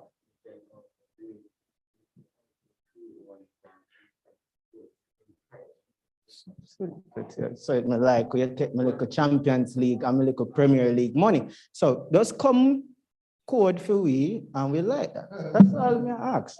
So nobody get worked up. Nobody get worked up. Come work. Yeah, that one. So an important part about what we're doing here, I can't go through this in totality today, but I'm gonna ask you guys just a very important thing. The hardest part about working in Jamaica is mindset and not about skill. I'll train you if it's skill. Hands down, I'll train you if it's skill. We are a training company and not an agency, right? We train more than we work. We're like a football team. They train all week and play one match on Saturday, right? No, that's not conceptual in Jamaica. You work more than you play. We believe that the brain is more important than the hand. We were trained by previous people, and I won't call them because we're recording, that our hands is our most important tool, right? And I would want everybody in here that the value that you provide the world is the amount of solutions that you can provide, and not how many things you can actually do. I can do a lot of things. But if you can solve, you should be going home today not asking yourself if I can code, and I would like to code AI. You need to ask yourself tonight, what problem can I solve? Jamaica, we have enough problem. Trust me, we have enough. So I just ask everybody to just think about AI in a totally different way. There are supporting services. Everybody doesn't need to code. Some people need, like, I cannot code. You say, no. I love tell people this, you know. Here the part why I tell people that part here. Oh, no, man. I can't code, you know. But I win more technology award than coder. And I went to meet Richard Branson as a technology entrepreneur. And stay in yard as one of the billionaires of this world. Now, not for only a year ago, hype. And maybe hype, you don't want shoes or one car or something like that. And something. But I can't forget that when I went there, I saw Richard Branson on an island. Very important to remember. So no hype with car and house. It's very important. There's much more in this world that we can achieve as Jamaicans. I'm wanting to have bigger aspirations and dreams. But the critical part is that you don't have to do everything. I solve problems. That's my KPI. The amount of problems I solve for the year, that's how I know that I'm being successful. Somebody else can code. Somebody else can create the content. And the greatest way to create great AIs and great projects is a group work. That's all I can say to you, don't bother kill me now for questions. Good afternoon. Yeah. Any questions for me? Go ahead. Oh, you apply. Judge, we don't have enough spots. So I thought I can get two of them. Good afternoon. Yeah, man. Good afternoon, everyone. My name is Jordan McCoy, and I'm a huge nerd, right? Like, there's no way to pretty it up, right? I spend basically most of my days at home looking for projects that I can make and stuff, right? Your company seems very appealing to me because it does a lot of stuff that I have been doing by myself. Currently, I'm working on an app. I won't tell you what the app is, but currently I'm working on one that I plan to bring to the market in Jamaica market, and I think it will be really beneficial for us as Jamaicans, right? So my question was, how do I apply to your company? All right, so it's I'll talk to you. Okay. Yeah. But generally I'll maybe get something for you guys to send out. It's careers@itspixelperfect.com, but I'll get that information out to everybody here. Okay. But one of the new things that I'm doing is there's internship and then there is entrepreneurship. There's two different things. Yeah. So if you come to IPP, you could be coming in to work on something you're not interested in. Okay. And that's fine. But we also have what we call entrepreneurship as an internship project for this summer. And how we're doing it is that we're asking you to bring your project. Okay. And then you're gonna get access to our people, right? Now, how we work that on is just for you to get the experience. Yeah. Now, maybe from that and realize if you work well and you have good work ethic, then we can put you on an actual client project, right? Because we realize that we have to play long-term and not short-term with some of these interests. So sometimes we won't get your interest until you fix your problem first. Yeah. Right? So yeah, so you're gonna come to my company and code your thing when we go on to lunch, right? And we don't have time for that. Okay. So I'm just being open. I'm just being very open and very honest. And I'll talk to you thereafter. Anybody else? Okay. That's it? All right, thank you, guys.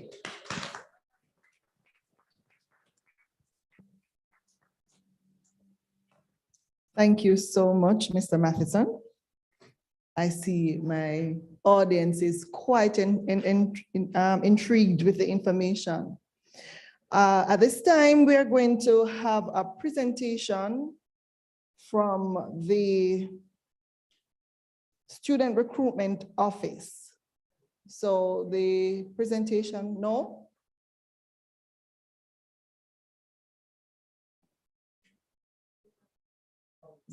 It's a video, yes. The student body, so we will have one of the student reps. Is that you?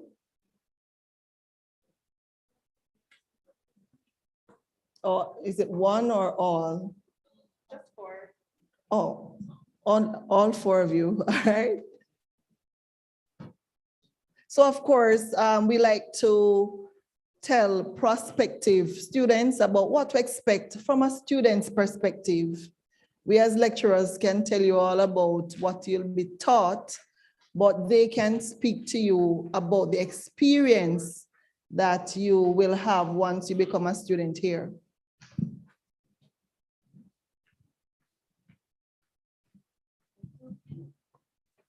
Good afternoon, everyone.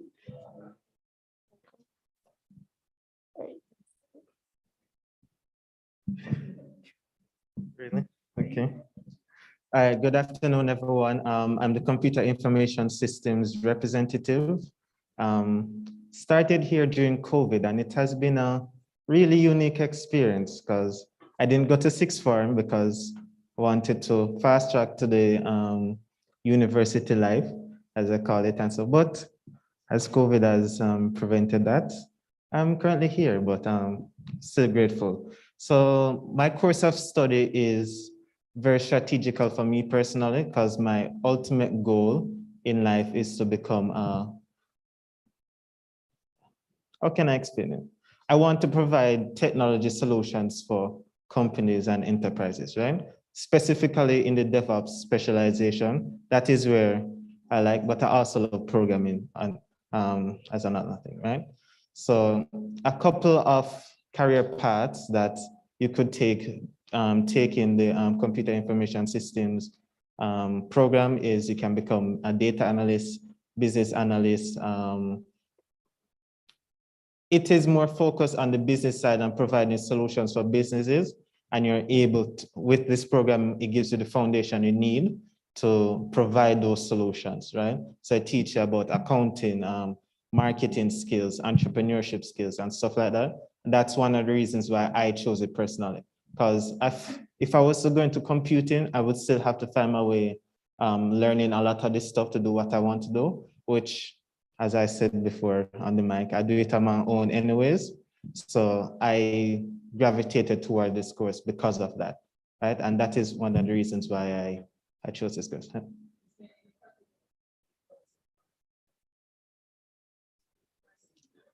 Oh.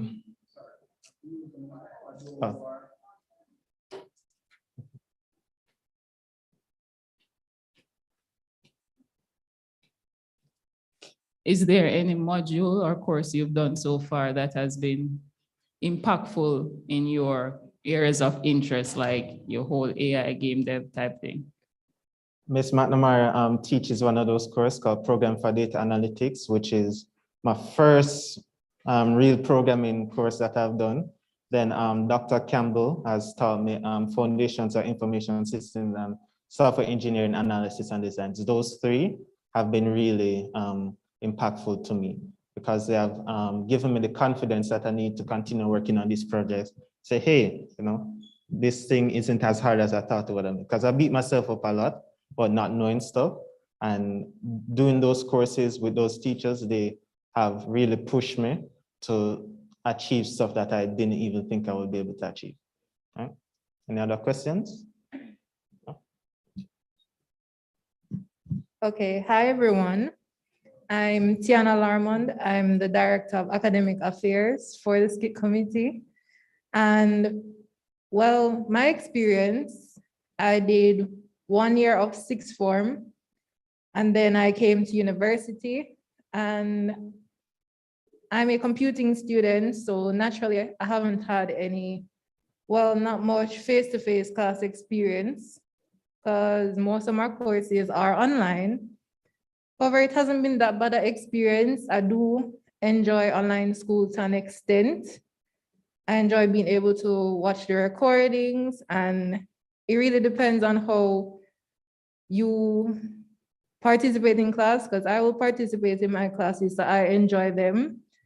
Even my our teacher here, well, two teachers here, Mr. Clark, Miss Anuli.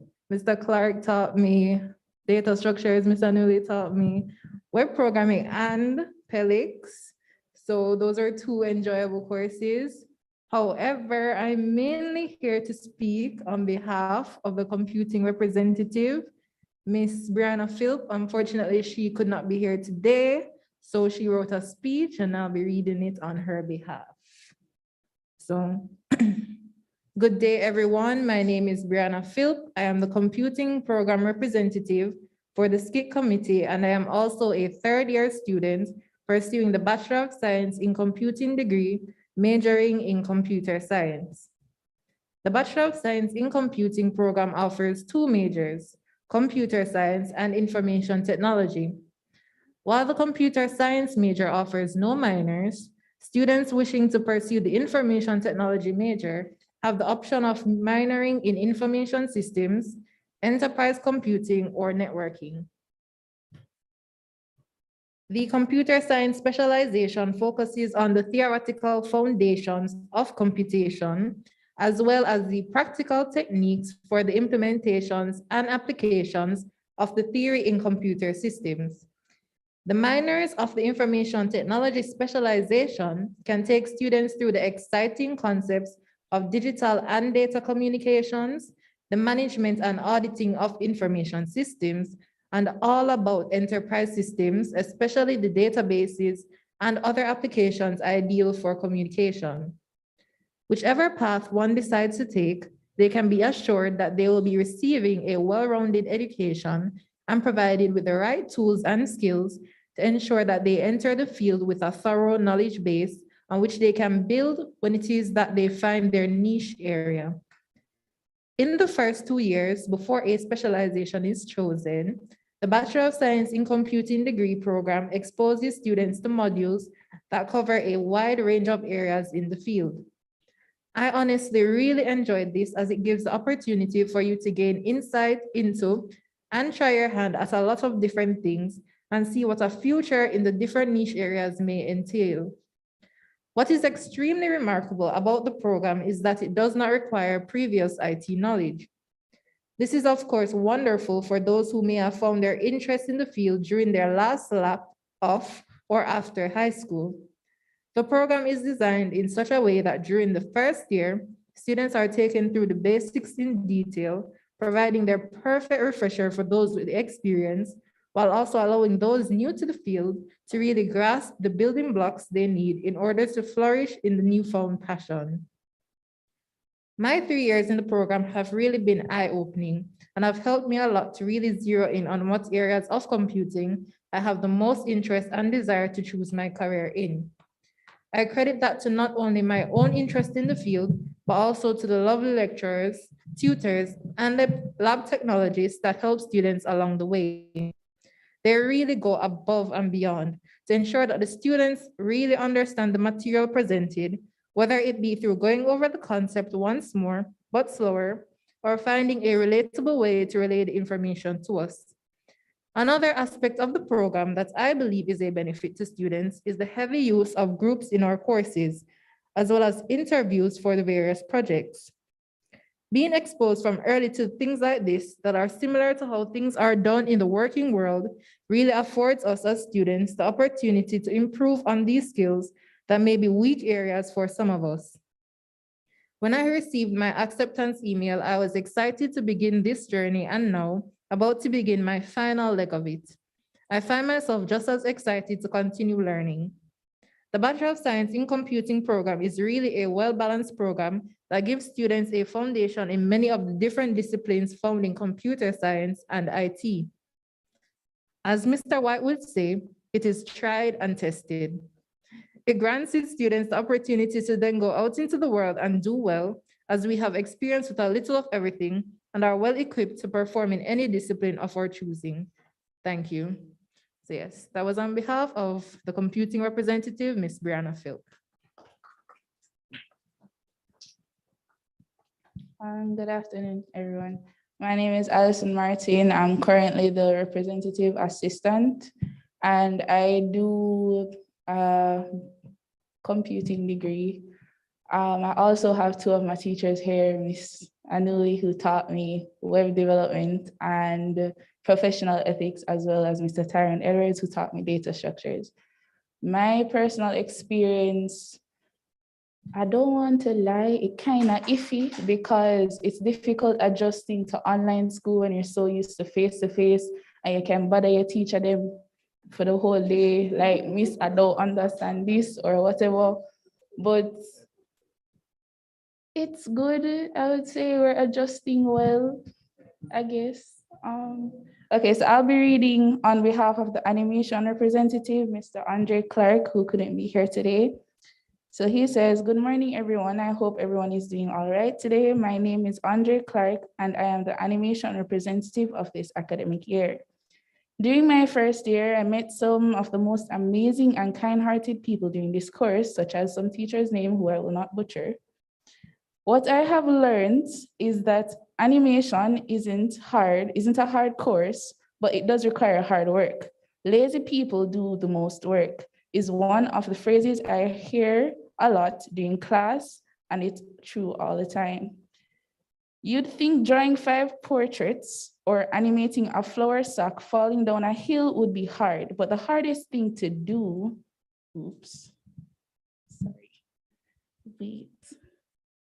the hardest thing to do going into animation was time management. Most often times than not, we would receive assignments around the same time for each module, and they'd be due at the same time as well. And if you do not know how to manage that time properly, you would end up not completing some of the work. Most teachers are forgiving and they're understanding, but please note that they will want their work completed regardless. Speaking of work, I had a lecturer who would tell us to draw 100 preliminary drawings before attempting the final 5 or 10 pieces. And to be honest, it seemed ridiculous and irrelevant at first, but he told us the 100 drawings were to show that we are practicing and trying to improve one drawing instead of slapping something on a cartridge paper for a final grade. In hindsight, he was helping us and we all appreciated it. Trust me, I'm not trying to scare you from applying for this degree. Believe me, animation is great, amazing even. It allows you to bring your imagination to life. However, nothing in life comes easy. It teaches you time management and endurance. Thank you all for listening. All right, good afternoon, everyone. So my name is Kishana Roberts, and I am the skit student representative for the second time, just to add. All right, so I'm a computing student, and hi, Mr. Clark, hi, Mr. Newley, hi, sir, hi, Mr. White. All right, so I'll be representing on behalf of Mr. Akeem Campbell, who is the CNS representative, who was unable to make it today. So I'll just go through this as quickly as possible. Okay.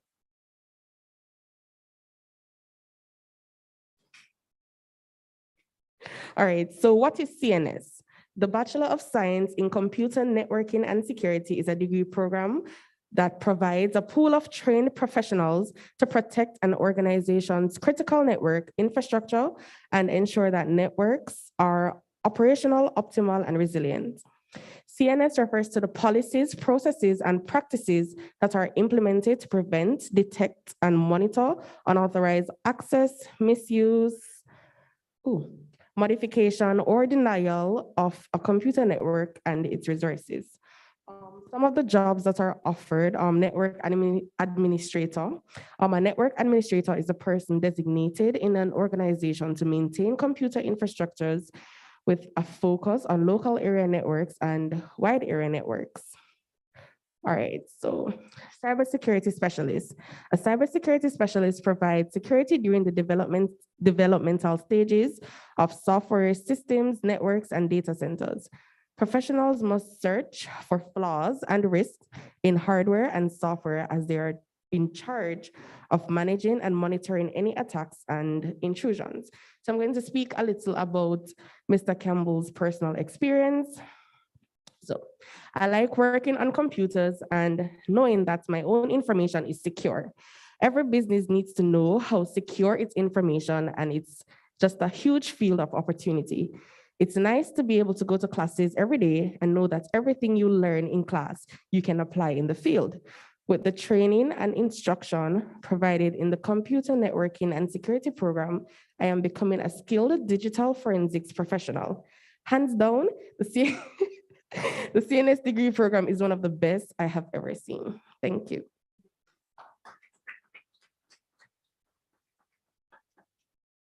Everyone, I would just like to add that it was only when Kishana was reading, I turned my head to the right. I realized I had another lovely teacher here, Miss Graham, who taught me computer logic and digital design. So I'd just like to point that out. She's one amazing teacher. I really enjoyed my time in her class last semester. Thank you. Hi, Miss. I'm a little bit embarrassed because I had these students for an entire semester and I didn't know what they looked like.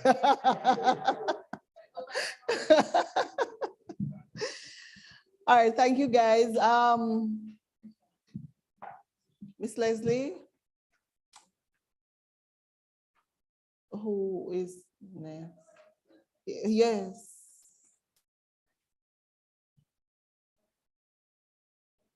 Oh, okay, scholarships. Yes, I did mention that you should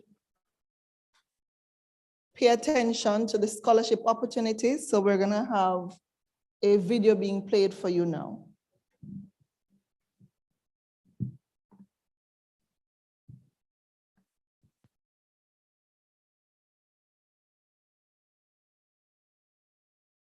Was time management. Most of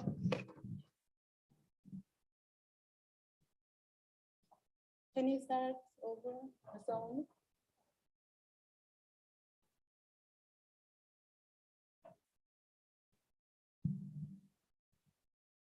are forgiving and their understanding, but please note that they will want their work completed regardless. Speaking of work, I had a lecturer who would tell us to draw 100 preliminary drawings before attempting the final 5 or 10 pieces. And to be honest,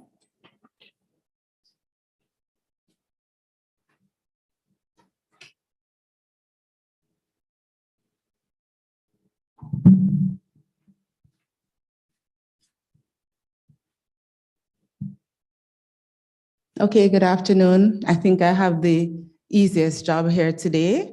I'm sure you're all interested in all the programs you've heard about. So now you're going to hear how you'll apply. So we're just going to go through a short video on the 6-step application process, which was done by an animating student from SCIT.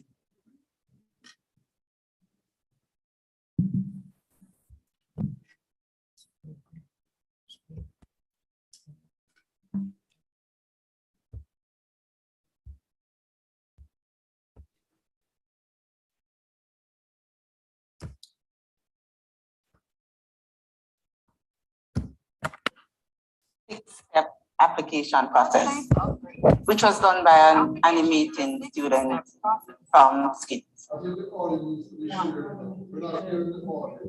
Of studying to identify your program of interest.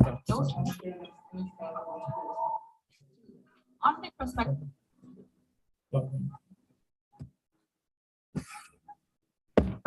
Congratulations on your decision to apply to the University of Technology Jamaica, the birthplace of greatness. Your application process, which was done by an animating student from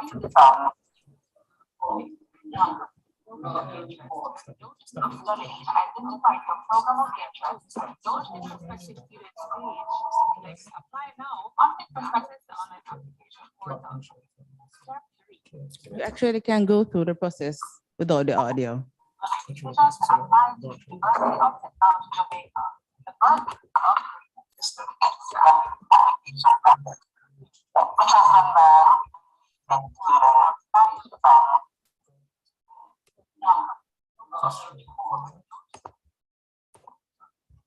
Section 1 must be completed in ascending order. All right, you're good to go now.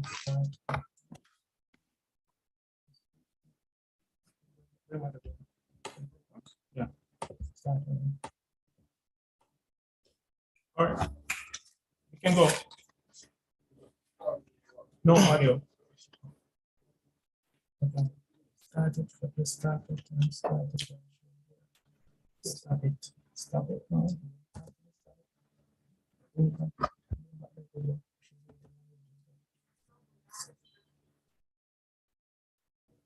You can begin now. Audio. Yeah. So straight to the video. Yeah. There's still no sound. Yeah, there's no sound. What is explainable without the sound is 6 steps. You're encouraged to read through the courses of study booklets, which none of you will be required to do because you already know the program you're interested in applying to. Then you're encouraged to then go to our website, and anywhere on the website where there's an apply now button, you're encouraged to click apply now. The application is a 4-section process. So you're encouraged to complete section 1, and of course, you know the program of interest. So you know it's a program in the School of Computing, and you will know it's a BSc in either animation or gaming. You're required to print your confirmation page, and then pretty easy, submit your supporting documents, whether by email or by taking the documents up to UTech. So it's very easy. You can email application documents at utech.edu.jm. The only thing I'll be adding to the presentation is if there are persons who already applied to UTech, I know you might have applied to another program, and because you've heard of these 2 new programs, please do not submit another application. You're required to send an email to admissions, or you can send it to prospectinfo@utech.edu.jm and just state the program that they're changing from and the new program of interest, and we'll take your information from the online application process. So it's very easy, and as I said, the plugin, it was done by an animation student. I think somebody put his name up, Mikhail. Thank you. Are there any questions? No, so you apply for each academic year. So application for 2023 will open October for next year. Yes. So anybody applying between now and August, who starts August, you're applying for August intake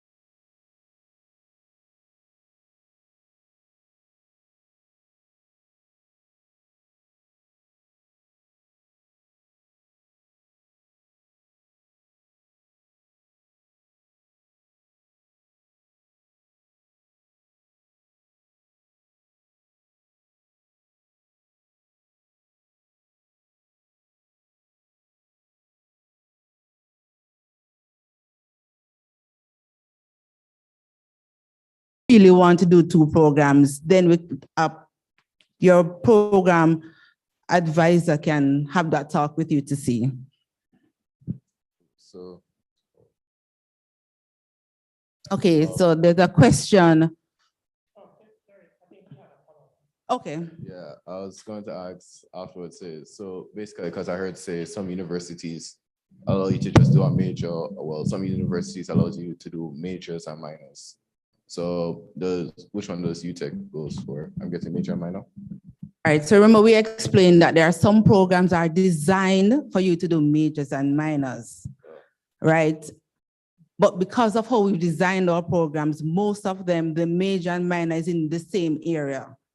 So of course, the gaming had 2 majors. Computing, there's major and minor, right? And we have other degrees in other areas, hospitality and tourism management, there's major and minor, but it is within the same area of study. And a computing, you're right. But remember though, that what you should know at UTech, that pretty much all our degrees, they include areas that you might think that you want. So like probably entrepreneurship, all the persons who are studying at UTech, whether you're doing pharmacy or architecture or computing, you're introduced to entrepreneurship. There's computing, information technology within all the different courses of study. So maybe, that's probably where you're wondering if it is that you want to do something else with your degree. But as I say, program advisors can sit with you to see if you can do another program after you've completed that first degree.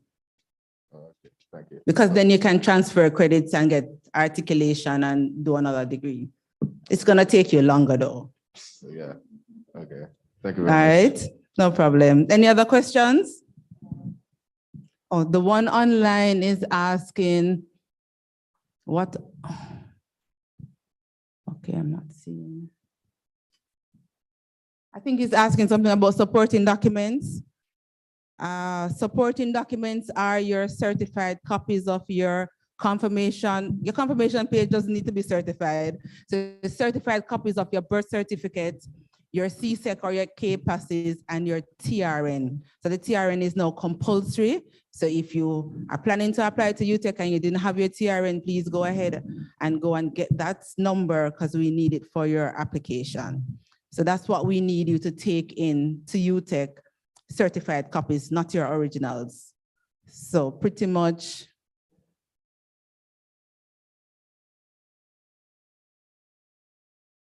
The other thing though is today, these 2 programs are not on the online portal as yet. So remember, it opens July 1. So if you go there today, you might not see these 2 courses of study. But if you really want to apply to them, what you can do is to download the paper application form that's on the website and fill it out and take it into the admissions office. But remember, it opens July 1. So the 2 courses of studies will be listed by then on the online application portal. Any other questions? We're getting there. I hear Professor Thorpe has that information. Thank you so much, Ms. White, for the information and for keeping it brief. We're going to invite Mrs. Pauline Maduri to speak to us about scholarship opportunities.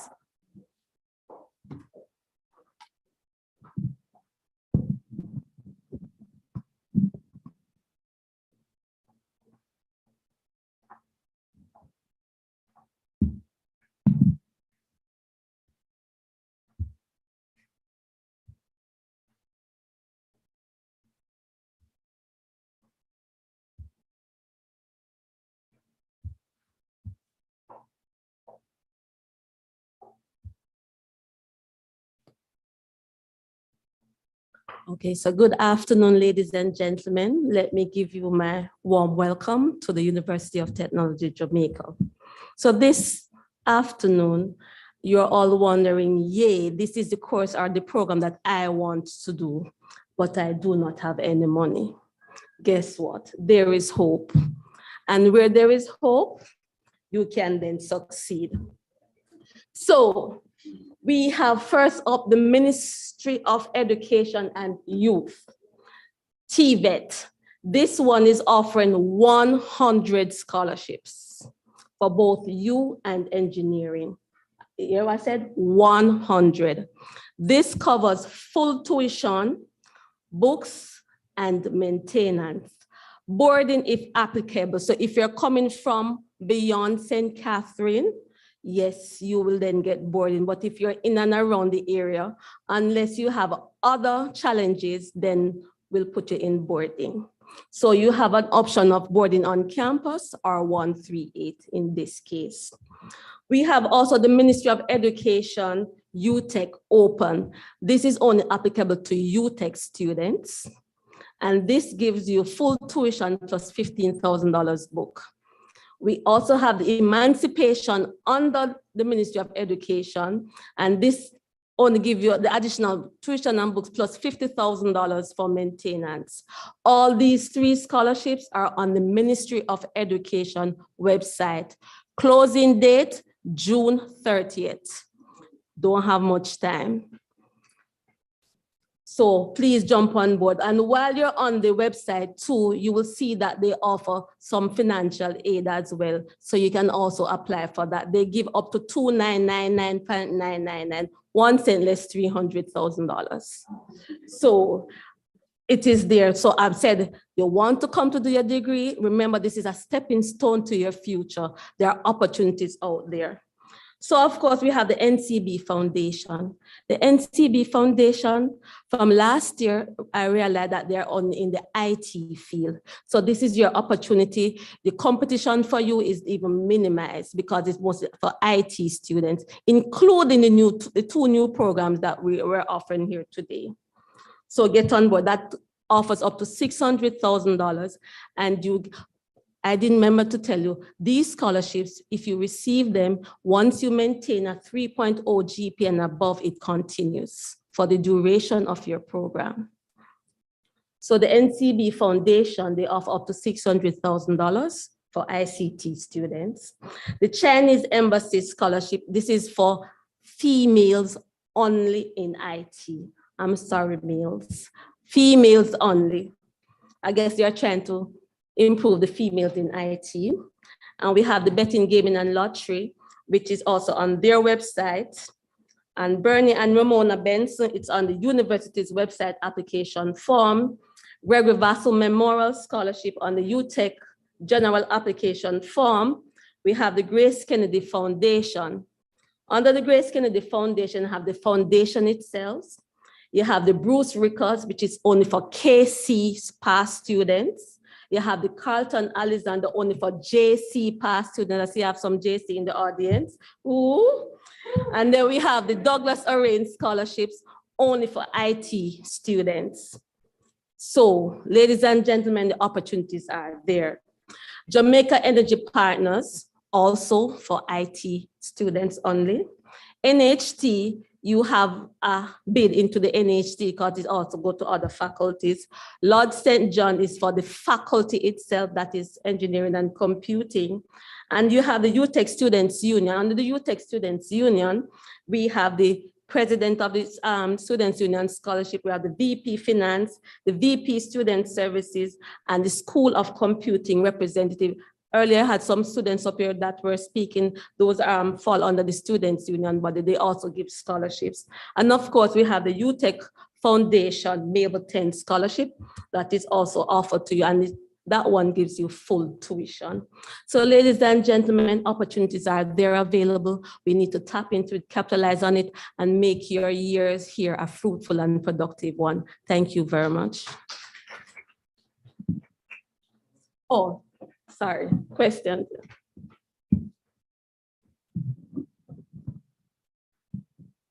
Yes, for these scholarships, what are the prerequisites for them? Okay, for computing, it's normally 5 glorious, I should say, excellent CXCs, plus your involvement in co-curricular activities. In high school, your teacher always say, get involved.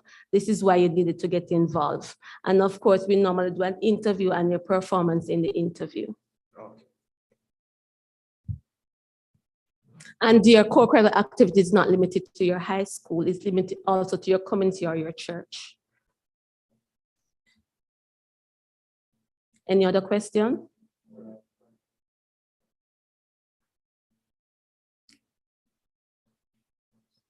Any other question? Anyway, I thank you for coming. Are these scholarships for an entire year? For the duration of your program, once you maintain a 3.0 GPA. Okay, it's because I heard you mention that NCB only offers 600,000. Up to 600, but each year, once you maintain your GPA, it is renewable. Okay, thank you. Per academic year. Okay, thank you. Yes. So when I said full tuition, it's full tuition for that academic year because the tuition will fluctuate. Okay. Other question. I have been in the game or read it on the back. Oh, it's up there. Okay. Okay, somebody's. Okay, somebody's answering. Okay. So thank you very much, ladies and gentlemen, and see you in August. Thank you so much, Mrs. Maduri. I can feel the excitement. Persons already wanting to apply, but remember, if you want to apply now, between now and July 1, you'll have to print the physical application form and take it here. Or if you wait until July 1, then you can do the application online. I am going to invite now Mr. Gregory Moore to speak to us about the gaming industry. Of course, we would like to give you information from different perspectives. So he's gonna talk to you about his experience.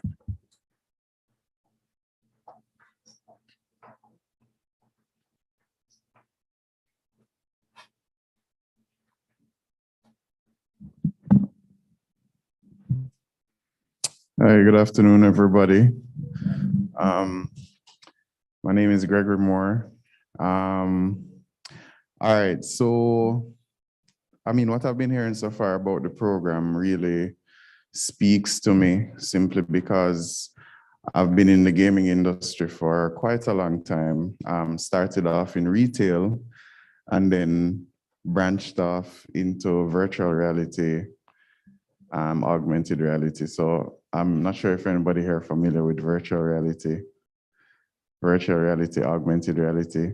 Well, game development, game design, esports. Anybody know about esports? Esports, that's good. All right, so I am the CEO of a company called Play Jamaica Limited. And under Play Jamaica Limited, we have a company called Virtual Reality Jamaica. We actually brought virtual reality to Jamaica. Viral organization, over 100 million views on social media, just because when we brought it to Jamaica, it was new.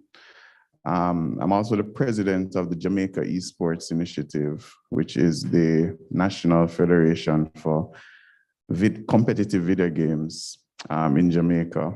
Not sure if anybody is familiar with that organization, but we compete internationally. Went to Las Vegas in 2019, went to South Korea, we went to Singapore. We're actually going to the UK to represent Jamaica in the Commonwealth Games in a couple of weeks. We're going to be going to Indonesia as well this year. We're also going to be going to Istanbul. So a lot of things happening in the gaming space in Jamaica. A lot of things happening. We just got an invitation last week to go to Spain to compete in e-racing. So, and the reason why I'm highlighting a lot of these things is because most of the titles are games that are being played in the esports industry right now are made by people overseas. And being a part of the National Federation, we actually get backstage access to what is going on. So we get the information, we have to select the games that we think would make sense to compete in. So it's kind of like a vote. And what you recognize is that the games are being developed by organizations, all different kind of countries. And I always said to myself, boy, it would be nice to be able to have games or a set of games made in Jamaica that we can compete in the international stage. It's really not a far-fetched idea since I am one of those decision makers, right? So it is quite possible for an esport game to be created in Jamaica. And then, you know, we have a group of lobbyists, lobby for that game to be played on the international stage. Anybody familiar with League of Legends or Dota? All right, so that's the hands coming, all right? So if you know the history of those games, these games are made by kids, right? These games are all made by kids. And it's not like they invented something new. They didn't reinvent the wheel. They just took concepts that already existed, mashed them together, found what the problem was, you know, as Mr. Matheson said before, and created a title or created titles that appealed to an evolving generation of gamers. And that is very important. And that is why this type of course, you know, I have to big up Dr. Thorpe. Dr. Thorpe and I speak very regularly, and he's very in tune, and, you know, always keep him informed with stuff that's happening as well. A program like this is extremely necessary because of the evolving generation of gamers. I come in from the 1990s, you know, what I used to play, nobody playing that anymore. And it's hard for me to keep up with like my son and, you know, all kind of stuff. But as it evolves and as the world gets smaller because of, you know, the technologies and evolution of technology, it's really not that hard for us to conceptualize it, build it, put it before the persons, put it before a panel of persons, and try to get these games launched. So I'm just encouraging everybody that's online, as well as persons here listening, that what we probably thought was impossible back in the day are first world country-based things, you know, through hard work and just, you know, coming up with good concepts. Yes, it's not everything that you come up with going to work. And the thing with the gaming industry, that's extremely competitive right now. So you might think, okay, I'm going into this program because I want to be a game developer, a game designer, because I want to make my own game.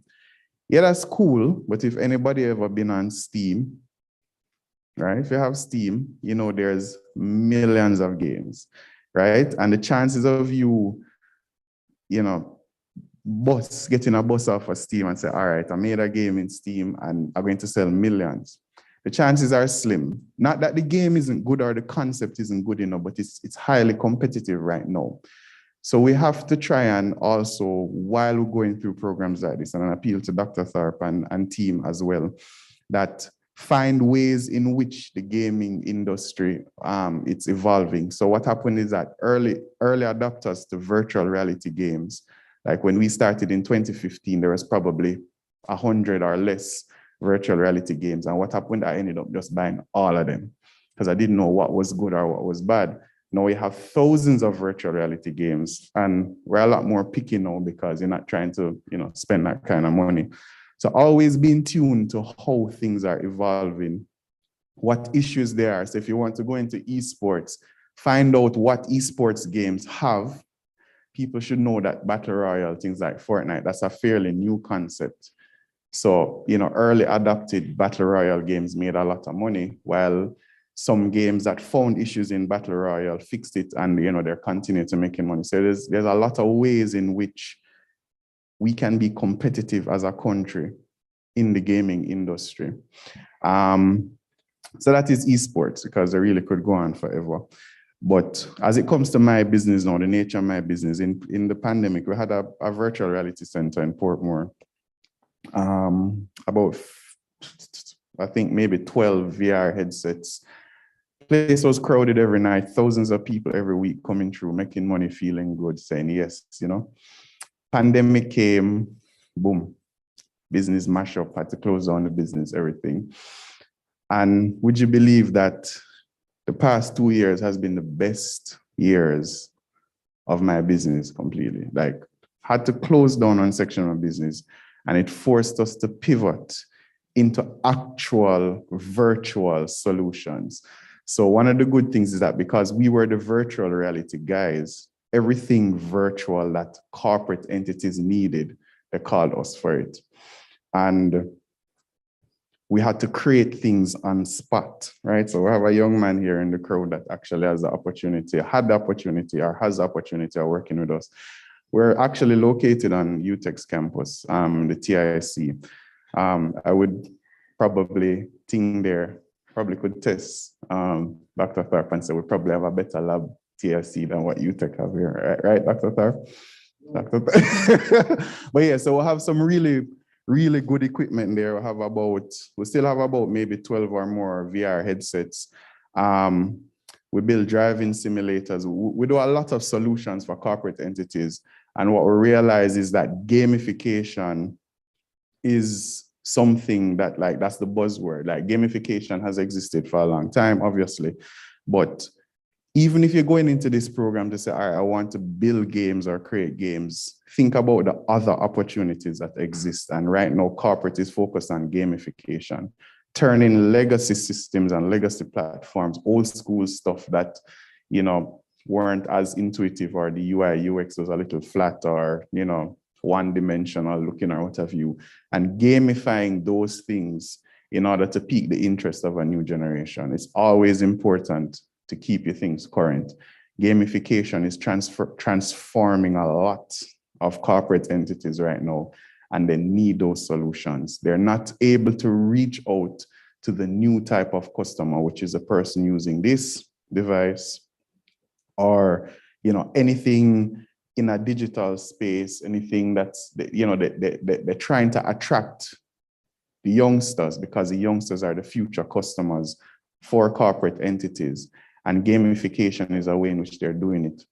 So there's a lot of opportunities, and I tell you, there's a lot of opportunities to the point where they're importing the talent, they're calling entities. A lot of the work that we do, people are like, oh, wow, we thought this was an American platform, but no, it was built right here at UTEC by just 4 or 5 persons, right? We're getting calls all the time. Can you make a game for this? Can you build this? And we're doing it, right? Why? Because we have things like Unity, we have Unreal Engine, we have Godot, we have so many programming languages now dedicated to gaming or game creation at our fingertips. You don't have to be a studio overseas.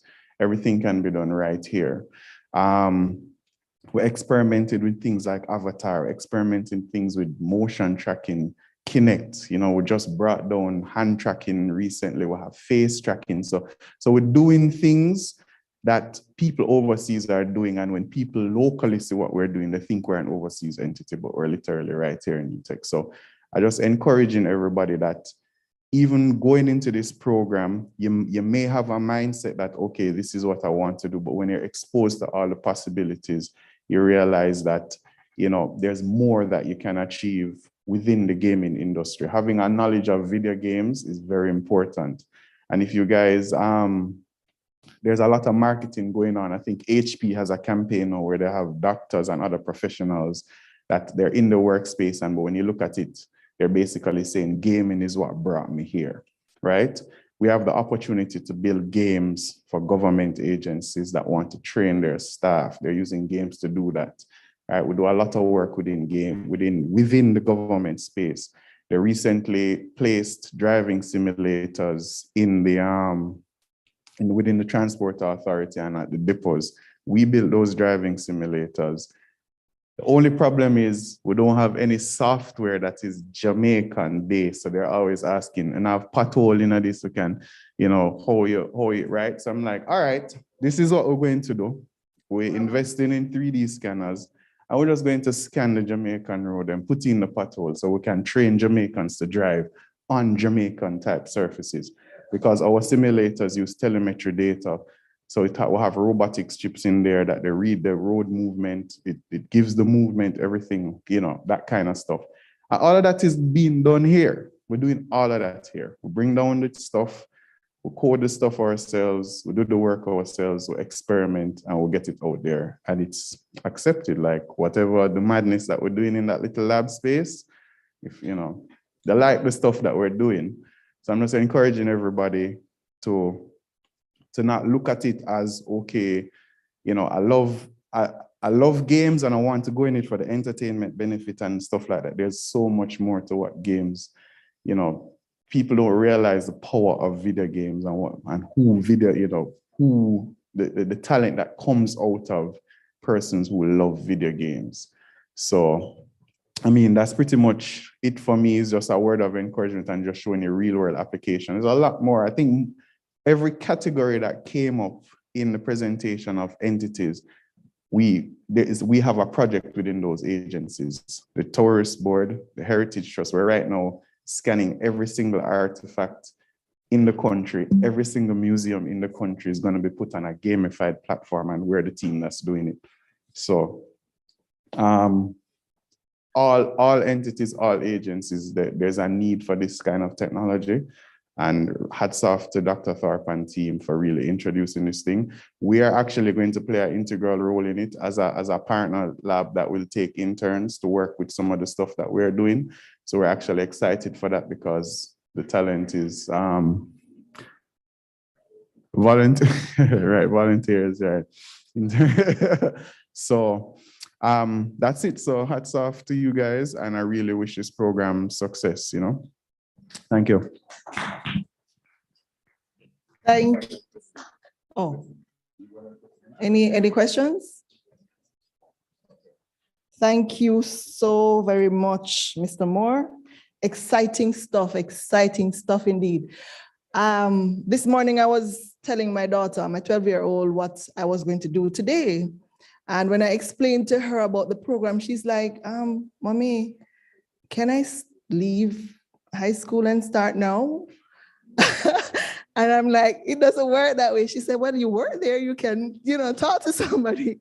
She was that excited about the program. All right, so I'm going to do a quick giveaway just to test how much you recall from what you've heard so far. So I have, of course, 2 questions. You have to answer both correctly. Mr. Nooley earlier mentioned the salaries of game developers. So I'm asking, what was that figure she mentioned?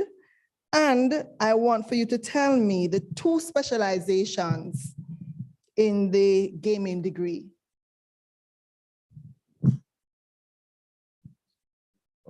So the first question was the salary. The salary, yes. That is what I've recorded, 83,479. All right, that's correct. And the 2 specializations for the course is, well, the first specialization is game development, and the second one is game design. Awesome.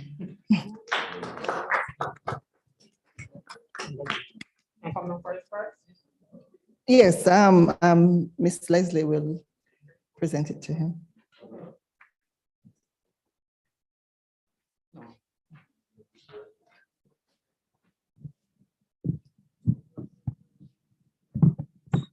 No, or they were listening very keenly.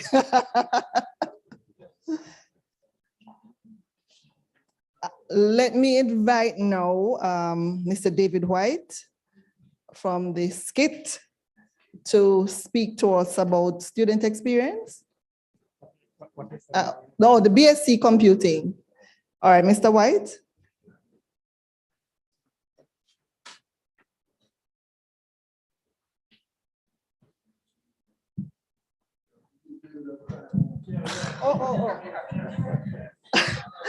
So we spoke already, and David knows that his presentation is 5 minutes, and he has 2 minutes for questions afterwards. All right, thank you. Is that 5 Jamaican minutes? All right, good afternoon, everyone. Good afternoon to those who are online. And it is a travesty to give me 5 minutes because I have so much to talk about.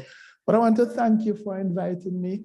And I want to thank you for being here and for being online to look at the offerings from the School of Computing and Information Technology. If you back up a bit, Terry, I am currently the program director for the Bachelor of Science in Computing. And that is one degree, that's the flagship degree in the school in SCIT. However, I want to apologize and also talk about two other degrees, newish degrees that have been around, and that's the Bachelor of Science in Computer Networking and Security, and also the Bachelor of Science in Computer Information System. All right. So between the CNS, the BSc in CNS, and the BSc in CIS, and of course our flagship, the BSc in Computing, as you can see on the screen, along with animation and the two new degrees you heard this morning, we have a full offering in computing for you. And I want to tell you something before I go further. We were very strategic in creating these degrees here in SCIT. So the Bachelor of Science in Computing is over 10 years in the making. And it was designed specifically based on the international curricula, right? From, the authorities in computing are the IEEE, heard of IEEE, right? And also the ACM, right?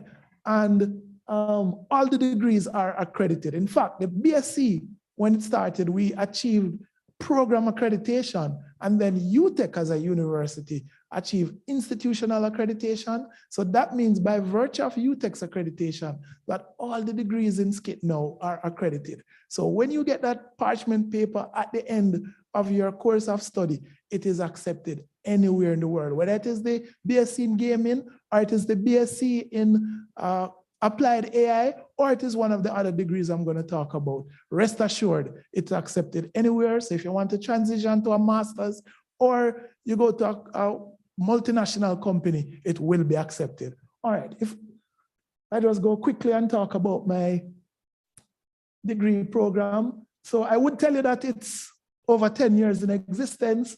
One of my students earlier said, my buzzword is tested, tried, proven. That's it. The proof of the pudding is in the excellent graduates that we have offered over the years. And it's accepted worldwide. It's accredited by University Council of Jamaica.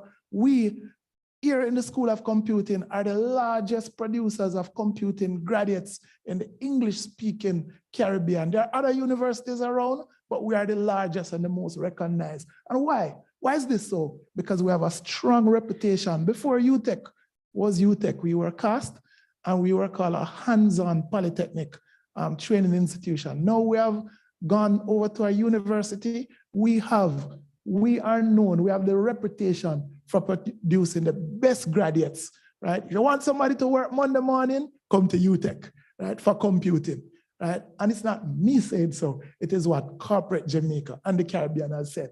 Move to the next slide.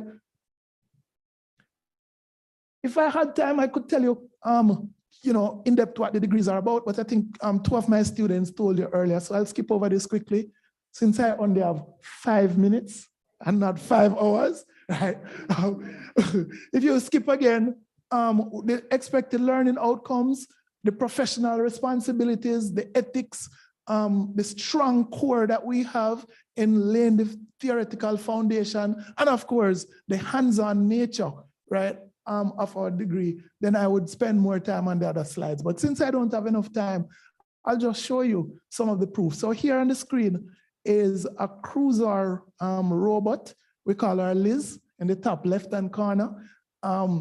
This is version 1. We are now down to version 2.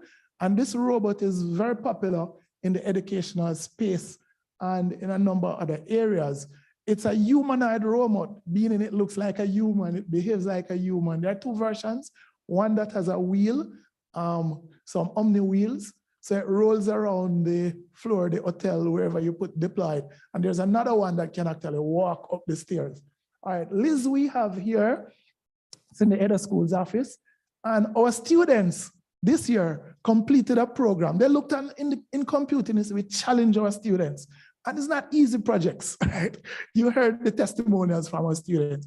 We told them to find a problem in UTech, in Jamaica, and the Caribbean, and use all the training. These were final year students. Use all the experience, all that we had taught them to come up with a practical solution. And this is what they did. They looked at the health center at UTech. They saw that the nurses, had to be social distancing, yet at the same time putting themselves at risk to deal with patients. And this was in the height of COVID, the COVID pandemic. And they came up with a solution that allowed the robot to go up to the students or the lecturers, whoever the prospective patient was. And the robot, I wish I had time, but I don't. Right? So I would actually let you hear the robot talking and show you the app. And the robot, right, would take the place of the nurse and walk up to the patient and say, hi, welcome to UTEC's medical center. Please enter your ID or say your ID. It would take the information, it would take the blood pressure, the oxygen level, and so on and so on. And then it would send that information to the nurse. So it would protect the nurse from having to go up to the patient or handling them directly. Awesome app. They have been accepted, they have been invited to the Caribbean Health Conference. I think it's October, November this year. There are the students, two of the students from the group in the bottom right picture. Next slide. This is a group that also a final year group in the Bachelor of Science in Computing. And they looked on the problem with persons, they say, I mustn't say blind, I must say visually impaired, right? And so we spoke to the Jamaica School of the Blind and others. Right behind UTEC, there are some other institutions with a lot of visually impaired persons. In fact, in the School of Computing right now, we have students who are visually impaired. So what the students did, these final year students, is we gave them what is known as a Raspberry Pi or Arduino. Do you know? Right, it's a small computer, right? And the students programmed it, right, to build a smart walking cane. Do you remember that university student from another university that went missing about a year or two ago? Right, until now they haven't found her. So what the students did was build an app in the cane. And what would happen is, as that visually impaired person went on the roadway, it would allow family members and caregivers to track anywhere in the world that person is. Also, as the person went along, it would beep, it would give an audio inclination as to, is it a wall, is it a staircase, is it a person, is it a paper bag? Very awesome app. And they have been nominated for best project. All right, let's skip along. You know, I wish I had more than the 2 minutes left. If it was 2 hours, I'd show you a lot more. But just to show you how awesome our degree, where our degree is very relevant. In fact, an earlier presenter said he was the Prime Minister's Award for Excellence. When you talk about the Prime Minister's Award for Excellence, a lot of them come out of our degree. Here is Rayvon Stewart. At the beginning of the pandemic, I taught him. He developed Zermasol, you know, which was recognized internationally because it had 99.9% effectiveness in cleansing door handles from viruses like COVID. Rayvon, our student, move along, move along. You see why I say I wish I had 3 hours, right? Plus more, move along. Here is the group. Carla Bustamante and the rest of our team that went to China. Well, here they're taking home the Sagicor. They came first in the Sagicor Innovation Prize. I think that check was for $500,000. Right? Sagicor gave away $1 million that day, right?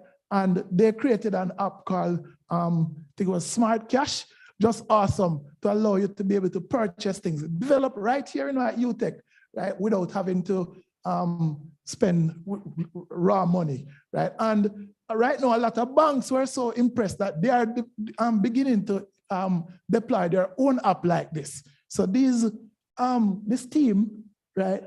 All right, we skip. Actually, Sagicor not only gave them that cash prize, but they are helping them to start their own company. Awesome stuff.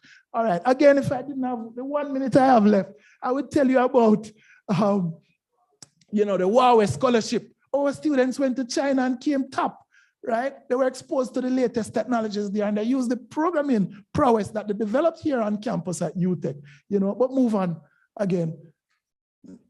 I would also tell you about this group. Let me pause a little, just for a few seconds, and tell you about this group, right? With Julian Gentles, we call her our international ambassador now, and Rochelle Pinnock and the rest. They went and they met Hillary Clinton. I see Mr. Newley in the audience. She was part of the coaching team for them.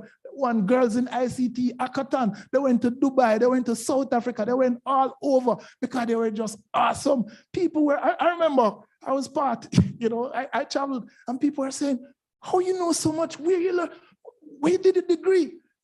This is it. And we're like, hey, we're from University of Technology, Jamaica, right? This is the stuff we do, right?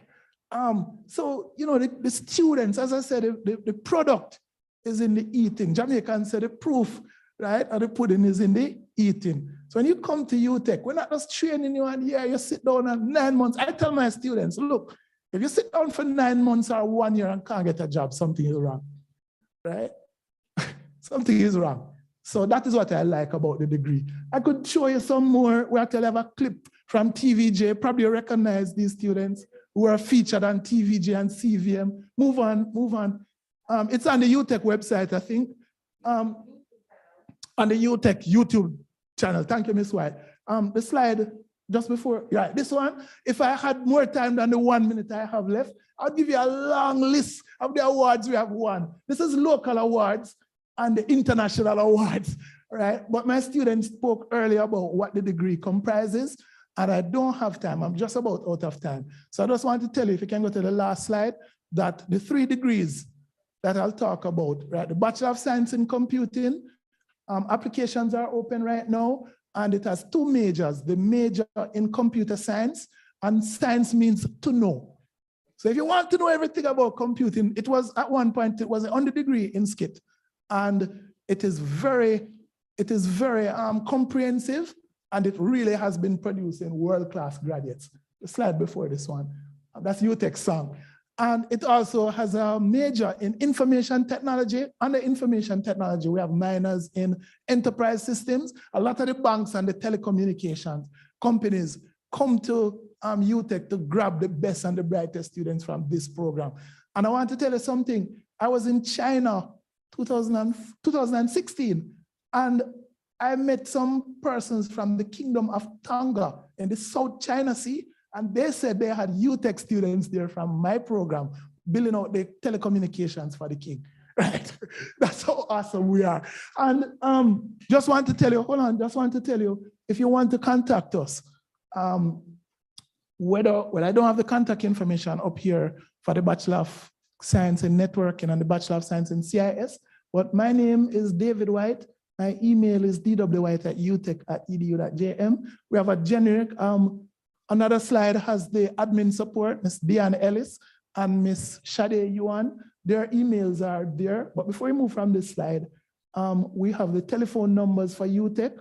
You can call these numbers to get directly to our program. And also the BSc, for those online, please write this down. BSc, as in Bachelor of Science Computing UTech @gmail.com, and you can get to us. Let's go to the slide before. You'll see the admin assistant. Okay, right. The emails for our admin, Ms. Dion Ellis and Ms. Shade Yuan. That's Dion, DION.ELLIS @utech.edu.jm, and Shade Yuan, that's SHADE.EWAN @utech.edu.jm. Contact us. We have a lot more to tell you, and you'd be a part. But whichever degree you choose in SCIT, you'll be part of an awesome family that has been producing world-class graduates. And I end with how I started. We are tested, we are tried, we are proven. Thank you very much, ladies and gentlemen. Are there any questions? Yes, Mr. Noli. I just wanted to point out, you neglected to say that a lot of our graduates also came back home to impart the knowledge. Yes, like part yours of the truly, reason you why and we're I, so yeah. awesome. We're products of the University How of could Technology I? also. Our own head of school, right? Prof Top, right? A lot of the graduates, one of the slides actually showed persons at BMW self-driving car and so on. A lot of them have come back home. All right. Any other question? Comment? Yes, I have a question. Sorry, go ahead. Where for our student? There's a slide there, Terry. If you want, you can just scroll back up. Right, BMW self-driving car, IBM. We came 5th in the IBM championship. They employed some of our graduates. Go all the way up. It is a bulleted slide. Here. So internationally, one of the largest supercomputing lab in the US, Lawrence Livermore, our students are there. Lutron Electronics, right? We now have a student, past student, who is now a lecturer He has his PhD, and he is a key senior software engineer at Lutron Electronics. We have people at Facebook, we have people at Amazon, Microsoft. Just last week, we were meeting with Microsoft's top management because they are so impressed with what they saw our students doing. Do you remember that presentation where the presenter said he had to be going to India to get programmers? Now they are coming here. We speak English. We're just less than 100 miles from mainland USA. BMW's self-driving car unit, and this is just a small section of where our students are. Yes, please. Yeah, I would like to know which of the degrees include animation in detail. Okay, so there's actually a full, none of these degrees I mentioned includes animation. We have a separate degree called the Bachelor of Science in Animation and Production. Animation, Production, and Development. So it's a Bachelor of Science. We used to have multimedia when it was just one degree in the entire school, we packed, that degree was everything to everybody. But we realized that it was too much. So we broke out animation into a separate unit by itself, all right? And tailored it for that market, all right? Just as how we have a networking degree by itself and a computer information systems degree by itself, which was the data analytics and so on. And all the information is on the website, and we'll be more than happy to provide it. And one more thing, Tanya, before I go, I want to mention to you, that if you are online right now watching me and you are in a community and you're saying, okay, come September, we are going to be teaching the Bachelor of Science in Computing and the CNS degree and the CIS degree online. So we will remain online. However, if you really want to have face-to-face, we have a relationship with our franchise program, and our franchise coordinator is Miss Tanya Graham standing beside me. The franchise program offers the first 2 years of our BSc in computing at the franchise locations like Knox and Monegan, Montego Bay community colleges. So you don't have to move to UTech for the first 2 years. You can do the first 2 years there, and they will be offering a blended mode, part online, part face-to-face. And then now in the third year, you move to UTech. All right, thank you very much, ladies and gentlemen. Oh, there's another. Thank you so much, David, for that very energetic presentation. I'm sure you could. All right, so now we are going to invite Professor Thorpe to offer the closing remarks. I'll keep it brief. I know that David is enthusiasm is next door to one of steroids when he's ready. It comes to these things, but youthful exuberance comes in all forms, right? I want to thank you all today for coming. I sincerely trust that you found the information, quite useful, and you found this an enlightening opportunity that can allow for you to set the path for your own futures. The BSc in Gaming and the BSc in Artificial Intelligence represent two of the newer pathways or products that the school will now offer. So in total, with all the other conversations you heard today, in total, the school offers 6 offerings of a degree, which means that there's more than opportunity for all of Jamaica and the rest of the region to partake in. I heard one person saying that they wish they could do 2 degrees. And I was saying to myself, probably you have a happy dilemma problem, right? Which means that probably you want to take courses across the degrees, which are also options, by the way. You could do options across those degrees to build the outcome of the one that you're looking for. But I want to say that with these 2 new offerings, these are 2 new industries, the entire artificial intelligence and gaming, multi-billion-dollar industries, which you coming into a program of study now, you are going to be the leaders of tomorrow with respect of where those careers are going. And we're setting the stage from 2022. So it was really a good starting point to have this session today, June 20. And I'm the only thing standing between you and leaving here to get some refreshments or lunch. So you do have a wonderful day, and we do look forward to you starting the program with us. Okay, in terms of the cost or the tuition for the program, thank you, Tanya, for that reminder. We're looking at $548,000 as the tuition coming in for this August as a start for the program. So and I see you open your eyes quite wide, right? And there are options to pay those things in installments, if not getting one of the several scholarships that were shared earlier. But the idea is that there's a friendly option of making those payments available to you through UTEX mechanisms in finance to support those outcomes. So on that point, I'm going to say thank you again, and I do look forward to seeing you in the future. I will take any questions at the end of what I'm saying here.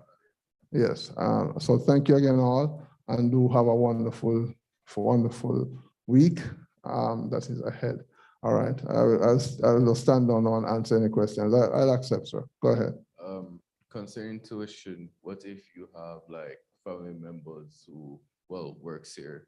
Oh yes, it counts. If you have family members working here, the university provides a discount for those siblings who are here. So it's how much again? 70%. There's a 70% consideration if you are already a parent. Is a dependent of family members who are here. Okay. So there are options there.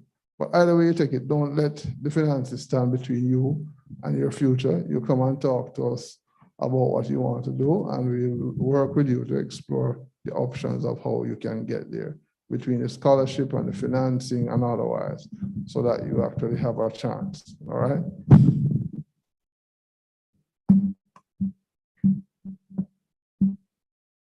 So let me say this one more time, though. I think this was well done. Let me extend a kind thank you to the entire team. You know, it's not, becoming of me to recognize that this couldn't be done by my office and my office alone. It's the entire staff team, starting with Tanya and Sharon and David and everyone else who I know has been integrally involved, all the directors who have been involved, the staff, all the admin staff who have come together to make this a technical team who has also made this a reality. So thank you, LTSU, who is here, for ensuring that this is happening.